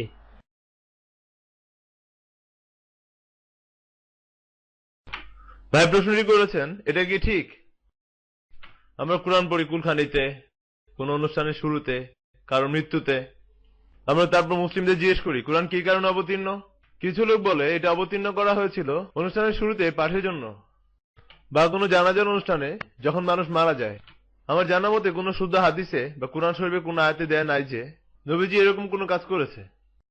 মানুষ তাদের জড়ো করে, সংগ্রহ করে এবং তারা কোরআনকে 100 মাইল গতিতে পড়তে থাকে। আমার কোনো আপত্তি নেই, মানুষ যদি পুরো কোরআন খতম দিতে চায়, আলহামদুলিল্লাহ, এটা ভালো। কিন্তু আমি যা বলি, আপনি যদি 30 জন লোককে ডাকেন কোরআন শরীফ পড়ার জন্য, প্রত্যেকে একটি করে পারা পড়বে আরবি বর্ণের, আমি তাদের বলি 60 জন লোককে ডাকেন না কেন? পবিত্র কোরআনের একটি পারা পড়ার চাইতে এটা ভালো যে আপনি অর্ধেক পারা পড়ুন অনুবাদের সাথে, 60 জন লোককে ডাকুন। যদি কম লোক হয়, তারা যদি পারা প্রতি 1 ঘন্টা সময় নেয়, তাহলে তাদের বলুন 2 ঘন্টা সময় নিতে। 2 ঘন্টা সময় নিয়ে কোরআন শেষ করুন, সবাই মিলে শেষ করুন, এবং আরবি বর্ণগুলো পড়ুন, সেই সাথে অনুবাদগুলো পড়ুন। অবশ্যই যে কোরআন শরীফ বোধগম্যতার সাথে পড়ল, এটা তার উপকারে লাগবে, সে সওয়াব পাবে। অবশ্যই এটা তাকে সাহায্য করবে তার জীবনে, এটা তার জীবন দ্বারা নির্দেশিকা রূপে কাজ করবে। যদি কেউ সম্পূর্ণ কোরআন শরীফ খতম করতে চায়, তাহলে সবাইকে নিয়ে অনুবাদ সহ এটা পড়লে ভালো হবে। আশা করি বুঝতে পেরেছেন।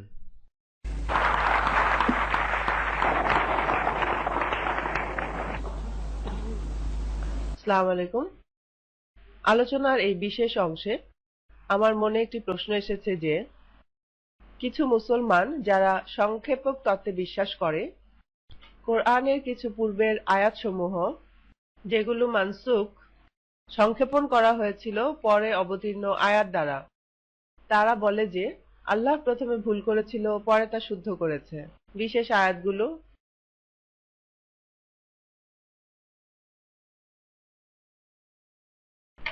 বোন যে প্রশ্নটি করেছে তা হচ্ছে মুসলিমরা যে সংক্ষেপক তত্ত্বে বিশ্বাস করে কিছু আয়াত পরে অবতীর্ণ হয়েছিল এবং পূর্বের আয়াতগুলো ছিল সংক্ষেপক।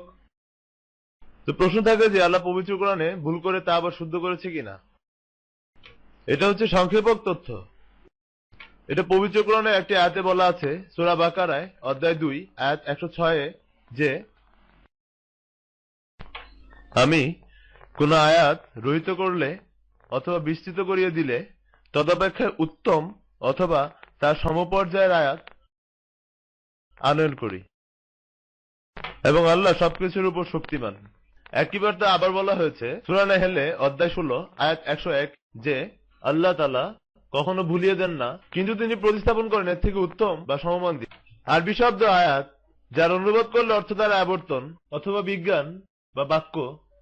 যদি এটাকে আমরা আবর্তন হিসেবে ধরি যে আল্লাহ সুবহানাহু ওয়া তাআলা বলেনি যে পূর্বতন কিতাবগুলোকে ভুলে যেতে এবং এটাকে প্রতিস্থাপন করেছে যে কিতাবটি উত্তম বা সমান তা দিয়ে। কিন্তু স্বাভাবিকভাবে এই তুলনার জন্য আমরা যদি পূর্বের কিতাবগুলোর কথা বলি, তাওরাত, জাবুর, ইনজিল, এগুলো প্রতিস্থাপিত হয়েছে সর্বশেষ আসমানি কিতাব পবিত্র আল কুরআন দিয়ে। স্বাভাবিকভাবেই কোন মুসলিমের এতে দ্বিমত নেই। যদি আপনি আয়াত শব্দটাকে কোরআনের বাক্য রূপে গ্রহণ করেন তাহলে কোরআন বলবে যে আমি পবিত্র কোরআনের কোন আয়াত বিস্তৃত করিয়ে দিই না, কিন্তু আমি প্রতিস্থাপন করেছি এর থেকে উত্তম বা সমমান দিয়ে। আয়াতকে যদি পবিত্র কোরআনের বাক্য হিসেবে মানা হয় তার মানে বোঝায় পরবর্তী আয়াতগুলো উত্তম বা সমমান। কিন্তু এটা বোঝায় না যে আয়াতগুলো পূর্বে অবতীর্ণ হয়েছিল এখন তাদের গ্রহণযোগ্যতা নেই এবং এটা পরস্পর বিরোধী। অনেক মুসলিমই আছে যারা সাধারণত ভুল বুঝে এই দ্বিতীয় ব্যাখ্যাটি এবং তারা বলে এভাবে যে আয়াতগুলো পূর্বে অবতীর্ণ হয়েছিল সেগুলোকে সংযত করা হয়েছে, ওগুলোর মধ্যে ভালো কিছু নেই, ওগুলো আর মানা উচিত নয়। আমাদের মানতে হবে একই আয়াত যা একই বিষয় নিয়ে আলোচনা করে এবং যা সর্বশেষ অবতীর্ণ এবং তারা অনুভব করে যে আয়াত পূর্বে অবতীর্ণ তার সাথে পরে অবতীর্ণ আয়াতের অসামঞ্জস্যতা দেখা যায়। এ কারণে মুসলমানদের উচিত শুধুমাত্র শেষেরটা অনুসরণ করা, আগেরগুলো নয়। এই ধারণা নিয়ে বেশ কিছু ভুল বুঝাবুঝি আছে। একটা উদাহরণ দেওয়া যাক যে আল্লাহ সুবহানাহু ওয়া তাআলা অনেক কিছু অবতীর্ণ করেছেন, পরবর্তীতে তিনি আয়াত নাজিল করেছেন যা একই বিষয়ে কথা বলে, কিন্তু এর মানে এই নয় যে এরা পরস্পর বিরোধী। তিনি আপনাদের অতিরিক্ত তথ্য দিচ্ছেন। অতিরিক্ত তথ্যাদি দেওয়ার পর যে আয়াতগুলো পরবর্তীতে নাজিল করা হয়েছিল তা পরিপূর্ণ ওই বিষয়ে বলার জন্য, কিন্তু তার মানে এই নয় যে এটা পূর্বের আয়াতের সাথে অসঙ্গতি প্রকাশ করে। একটা উদাহরণ দেওয়া যাক। মনে করতে পারেন কিনা আমি একটা চ্যালেঞ্জের কথা বলেছিলাম প্রশ্নের উত্তরে, এর মতো একটি সূরা তৈরি করো। প্রথমে আল্লাহ সুবহানাহু ওয়া তাআলা মানব জাতিকে চ্যালেঞ্জ ছুড়ে দিয়েছে সূরা ইসরায় অধ্যায় 17 আয়াত 88 যে যদি সকল মানব এবং সকল জিন তারা একত্রিত হয় তারা পবিত্র কোরআন শরীফের মতো কোনো কিছু তৈরি করতে পারবে না। একই কথা বলা হয়েছে সূরা তুরে অধ্যায় 52 আয়াত 34 তুমি তৈরি করতে পারবে না পবিত্র কোরআন, যদিও সমগ্র মানব জাতি এবং জিনও একত্রিত হয় তোমরা তৈরি করতে পারবে না পবিত্র কোরআন। তারপরে এই চ্যালেঞ্জকে আরো সহজ করা হয়েছে সূরা হুদে অধ্যায় 11 আয়াত 13 যে এমনকি তোমরা তৈরি করতে পারবে না মাত্র 10টি সূরা। এরপর সূরা ইউনূস অধ্যায় 10 আয়াত 38 চ্যালেঞ্জকে আরো সহজ করা হয়েছে, তোমরা এমনকি একটি সূরা তৈরি করতে পারবে না। এবং একই ব্যাপার সূরা বাকারায় অধ্যায় 2 আয়াত 23-24 যা আমি আগে বলেছি, চ্যালেঞ্জ আরো সহজ করা হয়েছে, তোমরা এমন কোন সূরা তৈরি করতে পারবে না যা কিনা পবিত্র কোরআনের একটি আয়াতের সমমানের। সূরা ইউনূস অধ্যায় 10 আয়াত 38 বলেছে কোরআনের মতো সূরা তৈরি করতে পারবে না। সূরা বাকারা অধ্যায় 2 আয়াত 23 বলেছে তোমরা এরকম একটি সূরা তৈরি করতে পারবে না যার কিছু শব্দ কোরআনের মতো। চ্যালেঞ্জ সহজতর হয়েছে। এটা বোঝায় না যে পূর্বতর চ্যালেঞ্জগুলো মোটেই কাজে ছিল না। ধরুন আমি এক লোককে বললাম যে বোকা, ওহে বোকা মানুষ, তুমি তো 10এও পাস করবে না। কয়েক মিনিট পর আমি বুঝলাম সে আরো বোকা। আমি বললাম তুমি তো 5-এর গড়েও পাস করবে না। তারপর আমি বললাম তুমি তো 1-এর গড়েও পাস করবে না। তারপর আমি বললাম তুমি নার্সারি কেজিতেও পাশ করবে না। এটা স্ববিরোধিতা বোঝায় না, কিন্তু আমার শেষ উক্তিটি যে তুমি নার্সারি পাশ করতে পারবে না, এটা আগের দুটি উক্তিরই সমর্থক। যখন আমি বলি তুমি নার্সারি পাশ করতে পারবে না, এটা তখন সহজে বোঝা যায় যে তুমি ক্লাস 1ও পাশ করতে পারবে না, 5ও না, 10ও না। এটা পরস্পর বিরোধী বোঝায় না। যখন আমি বলি তুমি ক্লাস 10 পাশ করতে পারবে না, তুমি কেজি ক্লাস পাশ করতে পারবে না, এটা পরস্পর বিরোধী হয় না।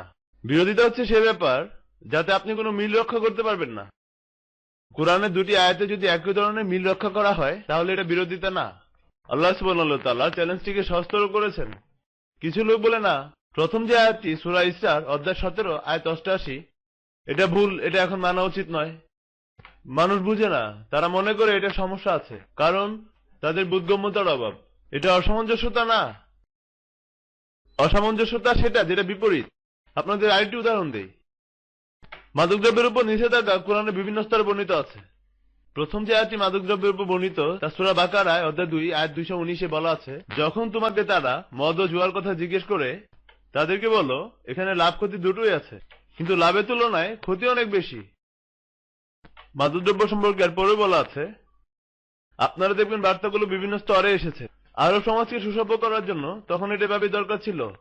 তারা ছিল মদ্যপায়ী, তারা ছিল জুয়ারি, ব্যাপারটা একবারে ঠিক করে ফেলার মতো ছিল না। দ্বিতীয় যে আয়াতটিতে মাদকদ্রব্যের কথা বলা হয়েছে সূরা নিসা অধ্যায় 4 আয়াত 43 আছে যে নেশাগ্রস্ত অবস্থায় প্রার্থনা করো না, প্রার্থনার সময় কোনো মাদকদ্রব্য সেবন হারাম। এবং সর্বশেষ বার্তাটি হচ্ছে যা সূরা মায়দায় অধ্যায় 5 আয়াত 90 আছে, या अय्युहल्लज़ीना आमनू হে মুমিনগণ, इन्नमल खम्रु वल मैसिरु এসব মদ জুয়া সমূহ, वल अंज़ाबु वल अज़लामु প্রতিমা এবং ভাগ্য নির্ধারক সমূহ, रुज्सुम मिन अमली शैतान এগুলো শয়তানের কাজ। फाज्तनिबू लअल्लकुम तुफ्लिहून। অতএব কল্যাণের জন্য তোমরা এগুলো থেকে বেঁচে থাকো। এই আয়াত অবতীর্ণ হওয়ার পর মদের উপর পুরোপুরি নিষেধাজ্ঞা আরোপিত হয় 100%। এটা এই বোঝায় না যে এই আয়াত পূর্বটির সাথে বিরোধিতা করে, যদিও আগের আয়াত ঠিক ছিল যে মদের মধ্যে লাভ ক্ষতি দুটোই থাকে, কিন্তু ক্ষতিটা লাভের চাইতে বেশি, তাই এটি উচিত না। এমনকি দ্বিতীয় আয়াত যখন নাজিল হয় সূরা নিসা অধ্যায় 4 আয়াত 43 বলে যে অসুস্থ মস্তিষ্কে তুমি প্রার্থনা করো না, যা মানুষেরা ভুল বুঝে। যদি কোরআন বলে যে নেশা করে কখনো প্রার্থনা করো না, তার মানে প্রার্থনা না করলে মদ খাওয়া যাবে, এটা হচ্ছে একটা ভুল ধারণা। যদি কোরআন বলতো যে অসুস্থ মস্তিষ্কে প্রার্থনা করো না, যখন তুমি প্রার্থনা করছো না তখন মদ খেতে পারো, তাহলে ব্যাপারটা অসামঞ্জস্যতা থাকতো। আল্লাহ সুবহানাহু ওয়া তাআলা সর্বজ্ঞানী, তিনি জানেন তিনি কি নাজিল করছেন, তিনি ভুল করতে পারেন না। এ কারণে এই দুটো আয়াতের মধ্যে যে সামঞ্জস্যতা আছে, তারা ভাবলো যে এ দুটো অসামঞ্জস্য, তাদের অন্য আয়াতটি অনুসরণ করা ঠিক না। উদাহরণস্বরূপ যদি বলি, আমার বন্ধু, যখন তুমি ভ্রমণ করছো নিউ ইয়র্কে যেও না, তারপর বললাম ইউএসএ তে যেও না, তারপরে আমি বললাম যে তুমি আমেরিকাতে যেও না, আমেরিকা মহাদেশে। আমি সব বিরোধী না, আমি আপনাদের তথ্যের পর তথ্য দিচ্ছি। প্রথমে আমি বললাম নিউ ইয়র্কে যেও না, ইউএসএ তে যেও না, আমেরিকা যেও না। যখন আমি বললাম আমেরিকার মধ্যে কোথাও যেও না, ইউএসএ এর মধ্যে ছিল, কানাডার মধ্যে ছিল, নিউ ইয়র্কের মধ্যে ছিল। যখন আমি বলবো যে আমেরিকার কোন প্রদেশে যেও না, তখন এটা বলা যথেষ্ট, এবং আমার আর বলা লাগবে না ইউএসএ যেও না, নিউ ইয়র্কে যেও না। যেহেতু কোরআনে বলেছে যে মদ পুরোপুরি নিষিদ্ধ, এর মধ্যে সূরা নিসা অধ্যায় 4 আয়াত 43 যে প্রার্থনার সময় এটা হারাম, কিন্তু তার মানে এই নয় যে এটা স্ববিরোধী। এটা আপনাকে আরো তথ্য দিচ্ছে। এ কারণে যারাই বলে যে পবিত্র কোরআনের অনেক আয়াতই স্ববিরোধী, এ হচ্ছে প্রকৃত অর্থ অ্যাব্রিগেশন তত্ত্বের, তাহলে তারা কোরআন বুঝতে বিফল হয়েছে। কারণ সূরা নিসা অধ্যায় 4 আয়াত 82 তে বলা আছে, अफला यतदब्बरून अलकुरान वलौ काना मिन इंदी गैरिल्लाह लवजदु फी इख्तिलाफन कसीरा। এরা কি লক্ষ্য করে না কোরআনের প্রতি? পক্ষান্তরে এটা যদি আল্লাহ ব্যতীত অপর কারো পক্ষ হতে হতো তবে এতে অবশ্যই বৈপরীত্য থাকতো। এখানে মানজুকের মতো অনেক কিছু আছে। মানজুক বৈপরীত্য বোঝায় না, এটা বোঝায় উন্নত তথ্য। উত্তরটি শেষ।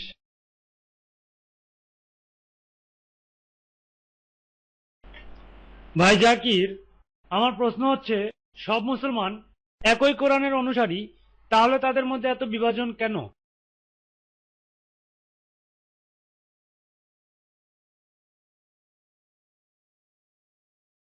ভাই প্রশ্নটি করেছেন যে সব মুসলিম যদি একটি মাত্র কোরআন অনুসরণ করে, আলহামদুলিল্লাহ, তাহলে তো বিভাজন কেন? পবিত্র কোরআনে আছে সূরা আল ইমরান অধ্যায় 3 আয়াত 103, واعتصموا بحبل الله جميعا ولا تفرقوا আর তোমরা সকলে আল্লাহর রজ্জুকে সুদৃঢ় হস্তে একসাথে ধারণ করো, পরস্পর বিচ্ছিন্ন হও না। আল্লাহ বলেন, আল্লাহর রজ্জুকে ধারণ করো। আল্লাহর রজ্জু কোনটা? পবিত্র কোরআন। আল্লাহ বলেন, যদি মুসলিম আল্লাহর রজ্জুকে ধারণ করে, এবং এটা বলেছে একত্রিত ধরো, বিচ্ছিন্ন হও না, দ্বিগুণ জোর দিয়েছেন। একই তো একসাথে ধরা লাগবে এবং একত্রিত হয়ে ধরা লাগবে। যখন আমরা একজনকে জিজ্ঞেস করি, হতে পারে শিয়া, হতে পারে সুন্নি, হতে পারে হান্নাফি, শাফি, পবিত্র কোরআন বলে সূরা আনামে অধ্যায় 6 আয়াত 159 বলে যে যারাই নিজেদের ধর্মকে ভাগ করে আলাদা গোত্র করে, তোমাদের তাদেরকে কিছু বলার নেই, আল্লাহ তাদের সত্য বলবে। যখন আমরা কাউকে জিজ্ঞেস করি তুমি কে, কিছু মুসলমান বলে, কেউ বলে হান্নাফি, কেউ বলে আমি শাফি, কেউ বলে হাম্বেলি, কেউ বলে মালিকি, কেউ বলে শিয়া, কেউ বলে সুন্নি, কেউ বলে আরাহানি। আমাদের প্রিয় নবী কে? সে কি সাফি, মালিকি, না শিয়া, না সুন্নি? সে একজন মুসলমান। পবিত্র কোরআনে সূরা ইমরানে অধ্যায় 3 আয়াত 52 বলে যে ঈসা আলাইহিস সালাম একজন মুসলমান। পবিত্র কোরআনে সূরা ইমরানে অধ্যায় 3 আয়াত 67 বলে যে ইব্রাহিম আলাইহিস সালাম উনি জিউস বা খ্রিস্টান ছিলেন না, উনি ছিলেন মুসলিম। আমাদের প্রিয় নবী মুসলমান ছিলেন। কোনভাবে পবিত্র কোরআন বলে না যে তুমি হান্নাফি, শাফি, হাম্বেলি, মালিকি। আমাদের বলা উচিত, পবিত্র কোরআন বলে সূরা ফজিলত অধ্যায় নং 41 আয়াত নং 33 قال إنني من المسلمين বলুন আমি সেই যে আল্লাহর অনুগত, বলুন আমি মুসলিমদের অন্তর্গত। কোরআনে বলা আছে সূরা আল ইমরান অধ্যায় 3 আয়াত 64 একই আয়াত যা আমাদের প্রিয় নবী অমুসলিম রাজাদের পাঠাতেন তাদেরকে ইসলামের দাওয়াতের জন্য। এখানে বলা হয়েছে فقولوا اشهدوا بأننا مسلمون আমি সাক্ষ্য দিচ্ছি যে আমি মুসলমান। নবী কখনোই সাক্ষ্য দেননি যে আমি হান্নাফি, আমি শাফি, আমি মালিকি। না, তিনি বলেছেন আমি সাক্ষ্য দিচ্ছি যে আমি মুসলমান। এরা সবাই বিখ্যাত মনীষী ছিলেন। ইমাম আবু হানিফা, ইমাম শাফি, ইমাম মালিক, ইমাম হাম্বেল, আলহামদুলিল্লাহ আমি তাদের শ্রদ্ধা করি। তারা বিখ্যাত মনীষী। মহান আল্লাহ তাদের গবেষণার জন্য তাদেরকে পুরস্কৃত করুক এবং শ্রমের জন্যও ইনশাআল্লাহ তারা পুরস্কার পাবে। কিন্তু যদি কেউ প্রশ্নটি করে, কেউ যদি সম্মত হয় শিক্ষার সাথে, দর্শনের সাথে, ইমাম আবু হানিফা, ইমাম শাফি, ইমাম হাম্বেলের, ইমাম মালিকের, আমার কোনো আপত্তি নেই। কেউ যদি আবু হানিফার কিছু শিক্ষা গ্রহণ করে, ইমাম আবু হানিফা তার উপর শান্তি বর্ষিত হোক, ইমাম শাফি তার উপর শান্তি বর্ষিত হোক, ইমাম হাম্বেল তার উপর শান্তি বর্ষিত হোক, ইমাম মালিক তার উপর শান্তি বর্ষিত হোক, যদি কেউ কিছু দর্শন মেনে চলে আমার কোনো আপত্তি নেই। কিন্তু কেউ যদি প্রশ্ন করে আপনি কে, আপনার তখন বলা উচিত আপনি মুসলমান। কিছু কিছু লোক মতানৈক্য প্রকাশ করে যে আমাদের প্রিয় নবী বলেছেন যে আমার উম্মাহ ৭৩টি ভাগে ভাগ হবে, এবং হাদিসের উদ্ধৃতি যা আবু দাউদে আছে হাদিস নাম্বার ৪৫৭৯ এখানে বলে যে আমাদের প্রিয় নবী বলেছেন যে আমার উম্মাহ বিভক্ত হয়ে যাবে ৭৩টি ভাগে। আমাদের নবী বলেছেন উম্মাহ বিভক্ত হবে, তিনি কখনো বলেননি তোমরা বিভক্ত হও। পবিত্র কোরআনে আছে واعتصموا بحبل الله جميعا ولا تفرقوا আল্লাহর রজ্জু শক্ত করে ধরো যাতে বিভক্ত না হয়। পবিত্র কোরআন বলে সূরা আনাম অধ্যায় 6 আয়াত 159 তোমরা বিভক্ত হয়ো না, ধর্মকে খণ্ড বিখণ্ড করো না। প্রিয় নবী কখনোই বলেনি বিভাজন করো, প্রিয় নবী বলেছেন বিভাজন হবে। এবং আরেকটি হাদিস তিরমিজির কথা বলছি, হাদিস নাম্বার 171 মহানবী বলে আমার উম্মাহ ৭৩টি ভাগে বিভক্ত হয়ে যাবে এবং তাদের সবগুলো দুযোগে যাবে একটি বাদে। সাহাবীরা জিজ্ঞেস করলো হে নবী কারা যাবে না? নবী বললেন যারা আমাকে অনুসরণ করবে এবং সাহাবীদের, যারা আমার ও সাহাবীদের সাথে আছে। তাই যে কেউ কুরআন শরীফ এবং হাদিসকে অনুসরণ করে সে সত্য পথে আছে। আমার কোনো অভিযোগ নেই যদি কেউ বিখ্যাত বিশেষজ্ঞদের বিশ্বাস করে তাদের মন্তব্য যতক্ষণ পর্যন্ত মিল থাকে কুরআন ও সহিহ হাদিসের সাথে, সে বিশ্বের সবচাইতে বড় বিশেষজ্ঞ হোক না কেন, যদি আপনি তার কোনো বৈপরীত্য কুরআন ও হাদিসের সাথে পান তাহলে তাকে মানার দরকার নেই। যদি মুসলিম উম্মাহ পবিত্র কোরআন বোধগম্যতার সাথে পড়ে তাহলে এর সমস্যা আর হবে না। আশা করি উত্তর পেয়েছেন।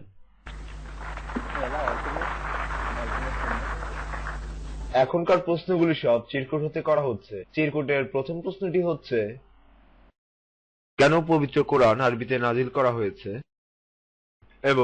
এবং যেভাবে আপনি সঠিকভাবে বের করেছেন যে আরবি ভাষা ছোটবেলা থেকেই আবশ্যক কারণে শিক্ষা নেওয়া উচিত, আইআরএফ এই ব্যাপারে কি ভূমিকা নিচ্ছে বিশেষ করে আমাদের দেশে প্রচলিত শিক্ষা ব্যবস্থার ব্যাপারে। MT Abbas, business secretary of Arabic academy, Hyderabad.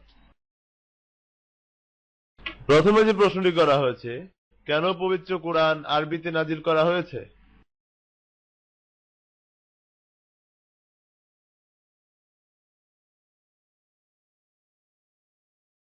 পবিত্র কোরআন যদিও এটা পুরো মানব জাতির জন্য অবতীর্ণ, পুরো মানবতার জন্য, যে কারণে এটা আরবিতে আছে তা হলো পবিত্র কোরআন নাজিল হয়েছিল আরবে এবং ওই দেশেরই ভাষাতে এটা নাজিল করার প্রয়োজন ছিল,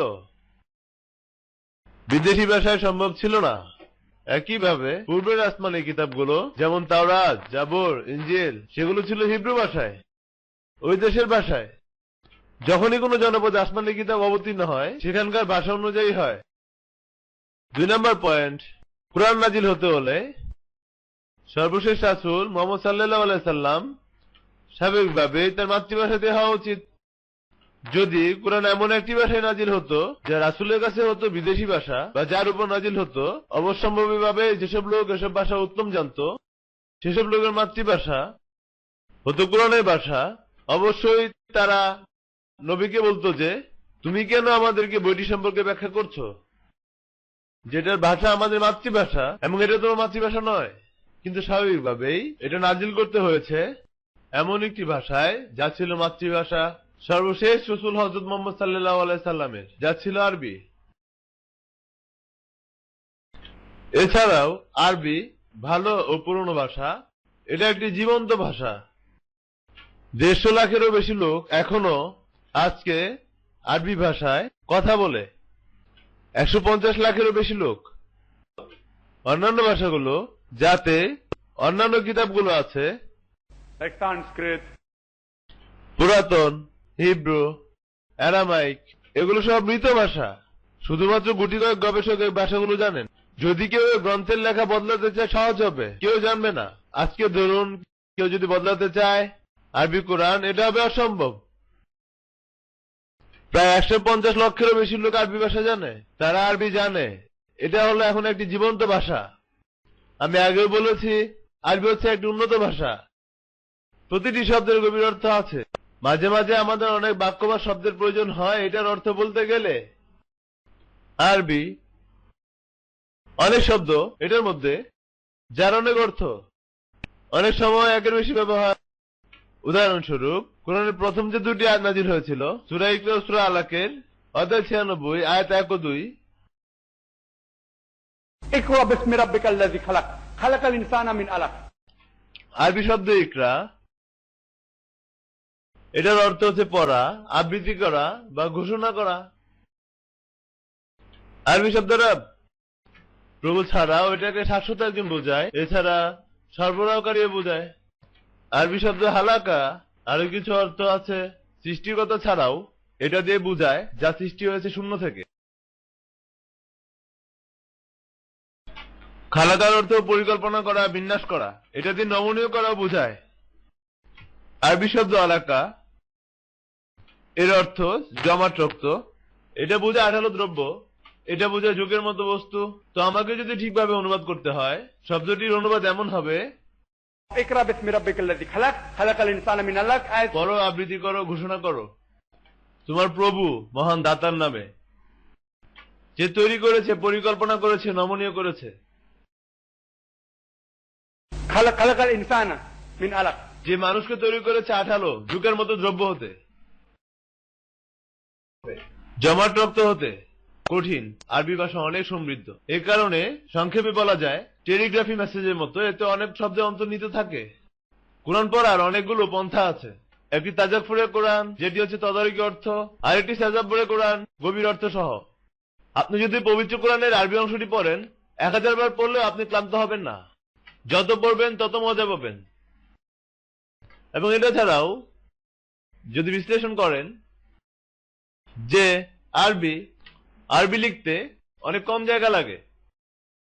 উদাহরণস্বরূপ যদি আমি লিখি মোহাম্মদ, মিম হা মিম দ, তানবিন ধর্মী চিহ্নগুলো বসে যাবে, উপরে এবং নিচে বসে যাবে। আমি মিম বর্ণ 2 বার ব্যবহার করছি শুধুমাত্র শ্রাদ্ধার জন্য। ইংরেজিতে লিখলে আমার লিখতে হতো MUHUMMED বা MOHAMMAD। বিবেচনা করুন, সময় লাগছে, জায়গা লাগছে, কালি লাগছে এবং যে শক্তি খরচ হয় তা অন্যান্য ভাষার চাইতে আরবি ভাষায় লিখলে মাত্র 1/3 খরচ হয়। কম জায়গা লাগে, কম শক্তি লাগে, কম কালি লাগে, কম সময় লাগে। এবং যেহেতু কোরআন আরবিতে অবতীর্ণ হয়েছে তাই বলে বোঝায় না যে এটা পুরো বিশ্বের জন্য নয়, সব মানব জাতির। ধরুন এক ফ্রান্সের ডাক্তার যে কিনা ফ্রেঞ্চ ভাষাতেই নির্দিষ্ট রোগের চিকিৎসা বের করলো, এর মানে এই না যে এই চিকিৎসা ইউএসএ বা ইন্ডিয়াতে ইউজ করা যাবে না, এটা ব্যবহারযোগ্য। কেউ যদি চিকিৎসাটি বিশ্লেষণ করতে চায় তার ফ্রেঞ্চ ভাষা শেখা লাগবে এবং চিকিৎসা পদ্ধতি বিশ্লেষণ করা লাগবে বা সে অনুবাদ পড়তে পারে। একইভাবে আরবি কোরআন সমগ্র মানব জাতির জন্য অবতীর্ণ এবং তার আরবিও পড়তে পারে অথবা তার অনুবাদও পড়তে পারে। আশা করি উত্তর পেয়েছেন। প্রশ্নটি হচ্ছে, কেন কিছু মুসলমান বিসমিল্লাহর পরিবর্তে 7 আর 6 লিখে? এটা কি ঠিক? প্রশ্নটি হচ্ছে, কেন কিছু মুসলিম 7 আর 6 লিখে বিসমিল্লাহ লেখে, এটা কি ঠিক? কিছু মুসলমান আছে বিশেষ কিছু আরবি বর্ণকে বিশেষ কিছু আরবি অঙ্ক দিয়ে চিহ্নিত করে এবং এই মূল্যমানগুলো একত্রিত করলে আপনি একটি কাঠামো পাবেন। কিছু মানুষের কাছে তাই 7 আর 6। আপনি যদি বা এর মূল্যমান দেখেন, বা, সিন, বিসমিল্লাহ, প্রতিটি বর্ণ বিসমিল্লাহর আমরা মূল্যমান যোগ করলে এটার মোট মান 7 আর 6 দাঁড়ায়। একইভাবে কিছু লোক লেখেন 92 মুহাম্মদের জন্য সাল্লাল্লাহু আলাইহি সাল্লাম। আমরা যদি তার নামের প্রতিটি অক্ষরের মানগুলো যোগ করি তাহলে দাঁড়ায় 92। এটা ঠিক না ভুল? আমি কোনো সহিহ হাদিসে খুঁজে পাইনি বা কোনো কোরআনের আয়াতে যা এই সংক্ষেপের পদ্ধতিতে সম্মতি প্রকাশ করে। বেশ কিছু মুসলিম লোক আমার সাথে তর্ক করে বলে, দেখো, যেহেতু আমরা আরবি বিসমিল্লাহির রহমানির রহিম লিখতে পারছি না দাওয়াত পত্রে বা পত্রে প্রথমে, সে কারণে আমরা এটা লিখি। আমি বলি, আরবিতে লিখতে না পারলে অন্য হরফে লেখো।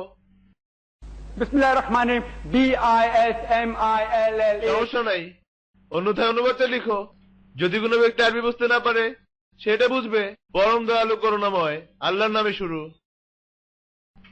এবং এই অসুস্থতা সংখ্যাবাচক বর্ণের প্রতি, এটা বিশ্বের বিভিন্ন সমাজে আছে। কেউ বলে যে 13 নম্বর সংখ্যা অশুভ, সংখ্যা 666 666 হচ্ছে শয়তানের চিহ্ন। এই ভারত উপমহাদেশে আমরা 420 420 প্রত্নানুসারের ক্ষেত্রে ব্যবহার করি। এই 420 নম্বরের কিছু যৌক্তিকতা বিষয় আছে, আমাদের অনেকে জানে না, যে কারণে আমরা কাউকে বাটপার বলি। যে লোক প্রতারণা করে সে 420, কারণ সে যদি গ্রেপ্তার হয় এবং সে যদি আইনের কাছে হস্তান্তর হয়, ভারতীয় আইন মতে তারা তাকে শাস্তি দিবে ভারতীয় পেনাল্টি কোড 420 ধারায়। ভারতীয় রাষ্ট্রীয় আইন 420 ধারায় তারা প্রতারককে শাস্তি দিবে। এ কারণে প্রতারককে আমরা 420 বলি। 420। দুর্ভাগ্যজনকভাবে যে সকল মুসলিম আমেরিকায় অভিবাসন করে এবং ইংল্যান্ডে, তারা ইংল্যান্ডের ডাকাতদেরও 420 বলে। সেখানে শুধুমাত্র তারা 420 বলে। মানুষ ঠিক করতে জানে না, কিন্তু সমানে 420 বলে যাচ্ছে। কিন্তু আমি যদি এইসব লোকদের সাথে একমত হই যে কিছু আরবি বর্ণের কিছু সংখ্যাগত মান আছে, কিন্তু যুক্তির সাথে বলতে গেলে নির্দিষ্ট একটি সংখ্যা দেয়া, ওই শব্দের বর্ণগুলো যোগফল করা এবং এর সংক্ষেপ ব্যবহার করা অযৌক্তিক। কারণ একই সংখ্যা ব্যবহার হতে পারে অন্য শব্দে, কোনোটা ভালো কোনোটা বা খারাপ। উদাহরণস্বরূপ আমি যদি বলি ইংরেজি বর্ণ বি, এই সংখ্যাগত মান 1, এর হচ্ছে 7, এবং ধরুন ডি এর 4, যদি যোগ করেন হয় 12। 1 যোগ 4 যোগ 7 12, বি যোগ এ যোগ ডি 12। ধরুন আমি আবার ধরলাম জি, এর সংখ্যাগত মান 2, ও এর জন্য এটা 3 এবং ডি এর জন্য 4। আমরা যদি জি যোগ ও যোগ ডি ধরি তাহলে হয় 2 যোগ 3 যোগ 3 যোগ 4 সমান 12। তাহলে আমরা যদি 12কে গুণ হিসেবে ব্যবহার করি তাহলে এটাতে বেডও বোঝায়। একইভাবে 7 আর 6 যদি যোগ করেন আরবি বর্ণের সংখ্যা মান, এটা যদি হয় 7 আর 6, তাহলে আরো অনেক শব্দ থাকবে এবং আরো অনেক বাক্য থাকবে যে এগুলো যোগফল 7 আর 6 হবে। কিছু ভালো হবে, কিছু খারাপ হবে। এ কারণে আমি কোন মুসলমানের সাথে একমত হই না 7 আর 6কে বিসমিল্লাহির রহমানির রহিমের সংক্ষেপক হিসেবে লেখা বা অন্য কোনো শব্দকে এইভাবে করা। আশা করি উত্তর পেয়েছেন। আমাদের হিন্দু ভাইয়ের সম্পূরক প্রশ্ন দিয়ে আমি আজকের আমাদের এই আলোচনা অনুষ্ঠান শেষ করতে চাই। আমাদের হিন্দু ভাই বলেছে যে কোরআনে বলা আছে কাফেরদের মেরে ফেলো, তাই এটা নিষিদ্ধ করা উচিত। এই কতল করার পটভূমি সম্পর্কে আপনি কি কিছু ব্যাখ্যা করবেন? কিতাল অল কাফির, উদ্ধৃতি সূরা তাওবা। ভাই অমুসলিম ভাই প্রশ্ন করেছেন, তিনি সূরা তাওবা থেকে উদ্ধৃতি দিয়েছেন যে কোরআন বলেছে কাফেরদের কেটে ফেলো, মেরে ফেলো, তাদের নিষিদ্ধ করো। ব্যাখ্যা করতে হবে। ভাই সূরা তাওবার যে আয়াতটি উদ্ধৃতি দিয়েছেন তা হচ্ছে সূরা তাওবার অধ্যায় 9 আয়াত 5। আমরা বলি যে যেখানে তুমি কাফেরদের পাবে, কাফের বা অমুশরিক, তাদেরকে মেরে ফেলো। এই আয়াতের উদ্ধৃতি প্রায় দেয়া হয়, ইসলামের বিভিন্ন সমালোচকরা দেয়। অরুণ শরী বা তসলিমা নাসরিনের মতো লোকেরা, তারা বলে ইসলাম জীবনের উগ্রপন্থা। তারা বলে যেখানে কাফের পাবে মেরে ফেলো, ব্র্যাকেটে হিন্দু থাকে। বুঝাতে চায় কোরআনে বলে যেখানে হিন্দু পাবে মেরে ফেলো। তারা সেই লোক যারা বিভ্রান্ত তৈরি করে, বিভ্রান্তি। যদি বিশ্লেষণ করেন, যদি ধরেন ভিয়েতনাম এবং আমেরিকার মধ্যে একটি যুদ্ধ হচ্ছে, আমেরিকার আর্মি জেনারেল বা আমেরিকার প্রেসিডেন্ট বলবেন যুদ্ধক্ষেত্রে সৈন্যদের যেখানেই তোমরা ভিয়েতনামি পাবে মেরে ফেলো। কিন্তু স্বাভাবিকভাবেই আমেরিকার আর্মি জেনারেল যুদ্ধক্ষেত্রে প্রয়োজনীয় নির্দেশ তাকে দিতেই হবে, তা তো বলতেই হবে। কিন্তু আজকে ওই ঘটনার এতগুলো বছর পরে যদি আমেরিকার প্রেসিডেন্ট বা আমেরিকার আর্মি জেনারেল বলে যে যেখানে ভিয়েতনামি পাবে মেরে ফেলো, তাহলে এটা হবে কষায়ের মতো। এটা পূর্বসূত্র ছাড়া। এই আয়াতের পূর্বসূত্র বের করতে হলে আমাদের 1 নম্বর আয়াত পড়তে হবে। একবার এক শান্তি চুক্তি ছিল মক্কার কাফের মুশরিকদের সাথে মুসলমানদের। এই শান্তি চুক্তি একতরফাভাবে ভাঙা হয়েছিল মক্কার মুশরিকদের দ্বারা, মক্কার কাফেরদের দ্বারা। এবং ওই সময় আল্লাহ এই আয়াত নাজিল করেন যে আমরা তোমাদের সময় দিচ্ছি 4 মাস, অন্যথায় আমি যুদ্ধ ঘোষণা করছি। 4 নম্বর আয়াতে আছে। 5ম আয়াত বলে যে এখানে মুসলিমদেরকে বলা হয় যেখানে কাফের পাবে মেরে ফেলো। এটা হচ্ছে পুরোটা সংক্ষেপ। যুদ্ধক্ষেত্রে এই মুশরিকরা ঘর থেকে বের করে দেয়। এই মুশরিকরা আয়াত লুকাচ্ছে, এরাই মুসলমানদেরকে ঘর থেকে বের করে দেয়। এই মুশরিকরাই আজকে শান্তি চুক্তি ভাঙছে। যুদ্ধক্ষেত্রে ভয় পেও না, যুদ্ধ করো, মেরে ফেলো। এবং আয়াত নং 5 পরে আরুন শরী তার বই ওয়ার্ড অফ ফাতুয়ায় 7 নম্বর আয়াতের কথা বলেছে। যে কোনো বুদ্ধিমান লোক বুঝতে পারবে 6 নম্বর আয়াত নেই কেন, কারণ 6 নম্বর আয়াত উত্তরটি দেয়। আয়াত নং 6 বলে এই কাফের এবং মুশরিকদের যে কেউ যদি আশ্রয় চায় তবে তা দাও। কোরআন এখানে থামেনি। কোরআন বলেছে নিরাপত্তার সাথে তাকে নিরাপদ জায়গায় নিয়ে যাও, যাতে তারা আল্লাহর বাণী শুনতে পারে। কোরআন কখনোই বলেনি যে এই মুশরিকদের কেউ, এই শত্রুদের যারা আশ্রয় চায় তাদের শুধুমাত্র ছেড়ে দাও। কোরআন বলেছে নিরাপত্তার সাথে তাদের নিরাপদ জায়গায় নিয়ে যাও। আমাকে বলুন আজকের কোন আর্মি জেনারেল, যার এত করুণা থাকবে, এত দয়া থাকবে, সর্বোচ্চ সে তার সৈন্যকে বলবে যে যদি কোনো শত্রু যেতে চায় যেতে দাও? কোন আর্মি জেনারেল বলবে যে শত্রুকে নিরাপত্তার সাথে নিরাপদ জায়গায় নাও? কোরআন বলে কাফেরদের শুধু ছেড়ে দিও না, তাদেরকে নিরাপত্তার সাথে নিরাপদ জায়গায় নিয়ে যাও, যাতে তারা আল্লাহর বার্তা শুনতে পারে। যখন যুদ্ধক্ষেত্রে ছিল, এর পূর্বসূত্র ছিল যুদ্ধক্ষেত্রে ভয় পেও না, তোমরা তাদেরকে খুঁজে বের করো যারা তোমাদেরকে ঘর থেকে বের করে দিয়েছে। যারা যুদ্ধ করছে তাদের সাথে যুদ্ধ করো, যারা আশ্রয় চাচ্ছে তাদেরকে নিরাপদ আশ্রয় নিয়ে যাও। তাই ইসলাম আলহামদুলিল্লাহ ইহা সামাজিক হৃদ্যতাকে উৎসাহ দেয়। যেগুলো সংগঠন আছে, ইউএনও, হিউম্যান রাইটস, যেগুলোর কথা আপনারা বলেন, যা কোরআন 400 বছর আগে বলে এসেছে, আজ হিউম্যান রাইটস এবং ওমেন রাইটস এবং আরো অনেক সংগঠন বলতে থাকে শান্তি শান্তি শান্তি। এই সবই কোরআন থেকে এসেছে। যেহেতু এটা এমন বই থেকে এসেছে যা মুসলিমদের, তারা তা বলে না, তারা তো উদ্ধৃতি দেয় না। আজকে সারা বিশ্ব যে কথা বলছে, যেভাবে হিউম্যান রাইটস কাজ করে, জাত, বর্ণ, গোত্র এগুলো নিয়ে বিভাজন ঠিক নয়, লিঙ্গ ইত্যাদি, কোরআন ইতিমধ্যে তা বলেছে 400 বছর আগে। এটাকে বাতিল করা ঠিক না, এটাকে জনপ্রিয়তার শিখরে নেওয়া উচিত এবং অনুবাদ করা উচিত পৃথিবীর প্রতিটি ভাষায় এবং বিতরণ করা উচিত বিনামূল্যে। আমি মহান আল্লাহ তাআলার কাছে ধন্যবাদ জ্ঞাপন করছি যে আমরা এই অনুষ্ঠান আজকে সুন্দর মতো শেষ করতে পেরেছি। আর এর পক্ষ থেকে অতিথিদের ধন্যবাদ। ধন্যবাদ ভাই ও বোনদের যারা উপস্থিত, তাদের অসম্ভব ধৈর্য এবং আগ্রহের জন্য। আমরা আরো ধন্যবাদ জানাই ভিডিও ধারণের সব কলাকুশলীদের, বিশেষ করে ইউএস এর 20th সেঞ্চুরি ফক্স স্টুডিওকে, যারা এই অনুষ্ঠানকে ধারণ করেছে যাতে করে লাখো লোক দেখতে পারে। সবশেষে আমি আন্তরিক শুভেচ্ছা জানাই আমার স্বেচ্ছাসেবক বাহিনীকে এবং আয়োজকদের, যারা আমার সাথে আছে এবং বাইরে বসে অনুষ্ঠানটি দেখছে। এই অনুষ্ঠান সুষ্ঠুভাবে করার ক্ষেত্রে তাদের অত্যন্ত সুহৃদ সহযোগিতার জন্য। আশা করি আপনাদের সাথে আবারও দেখা হবে ডক্টর জাকির নায়কের পরবর্তী বক্তৃতায়। ধন্যবাদ।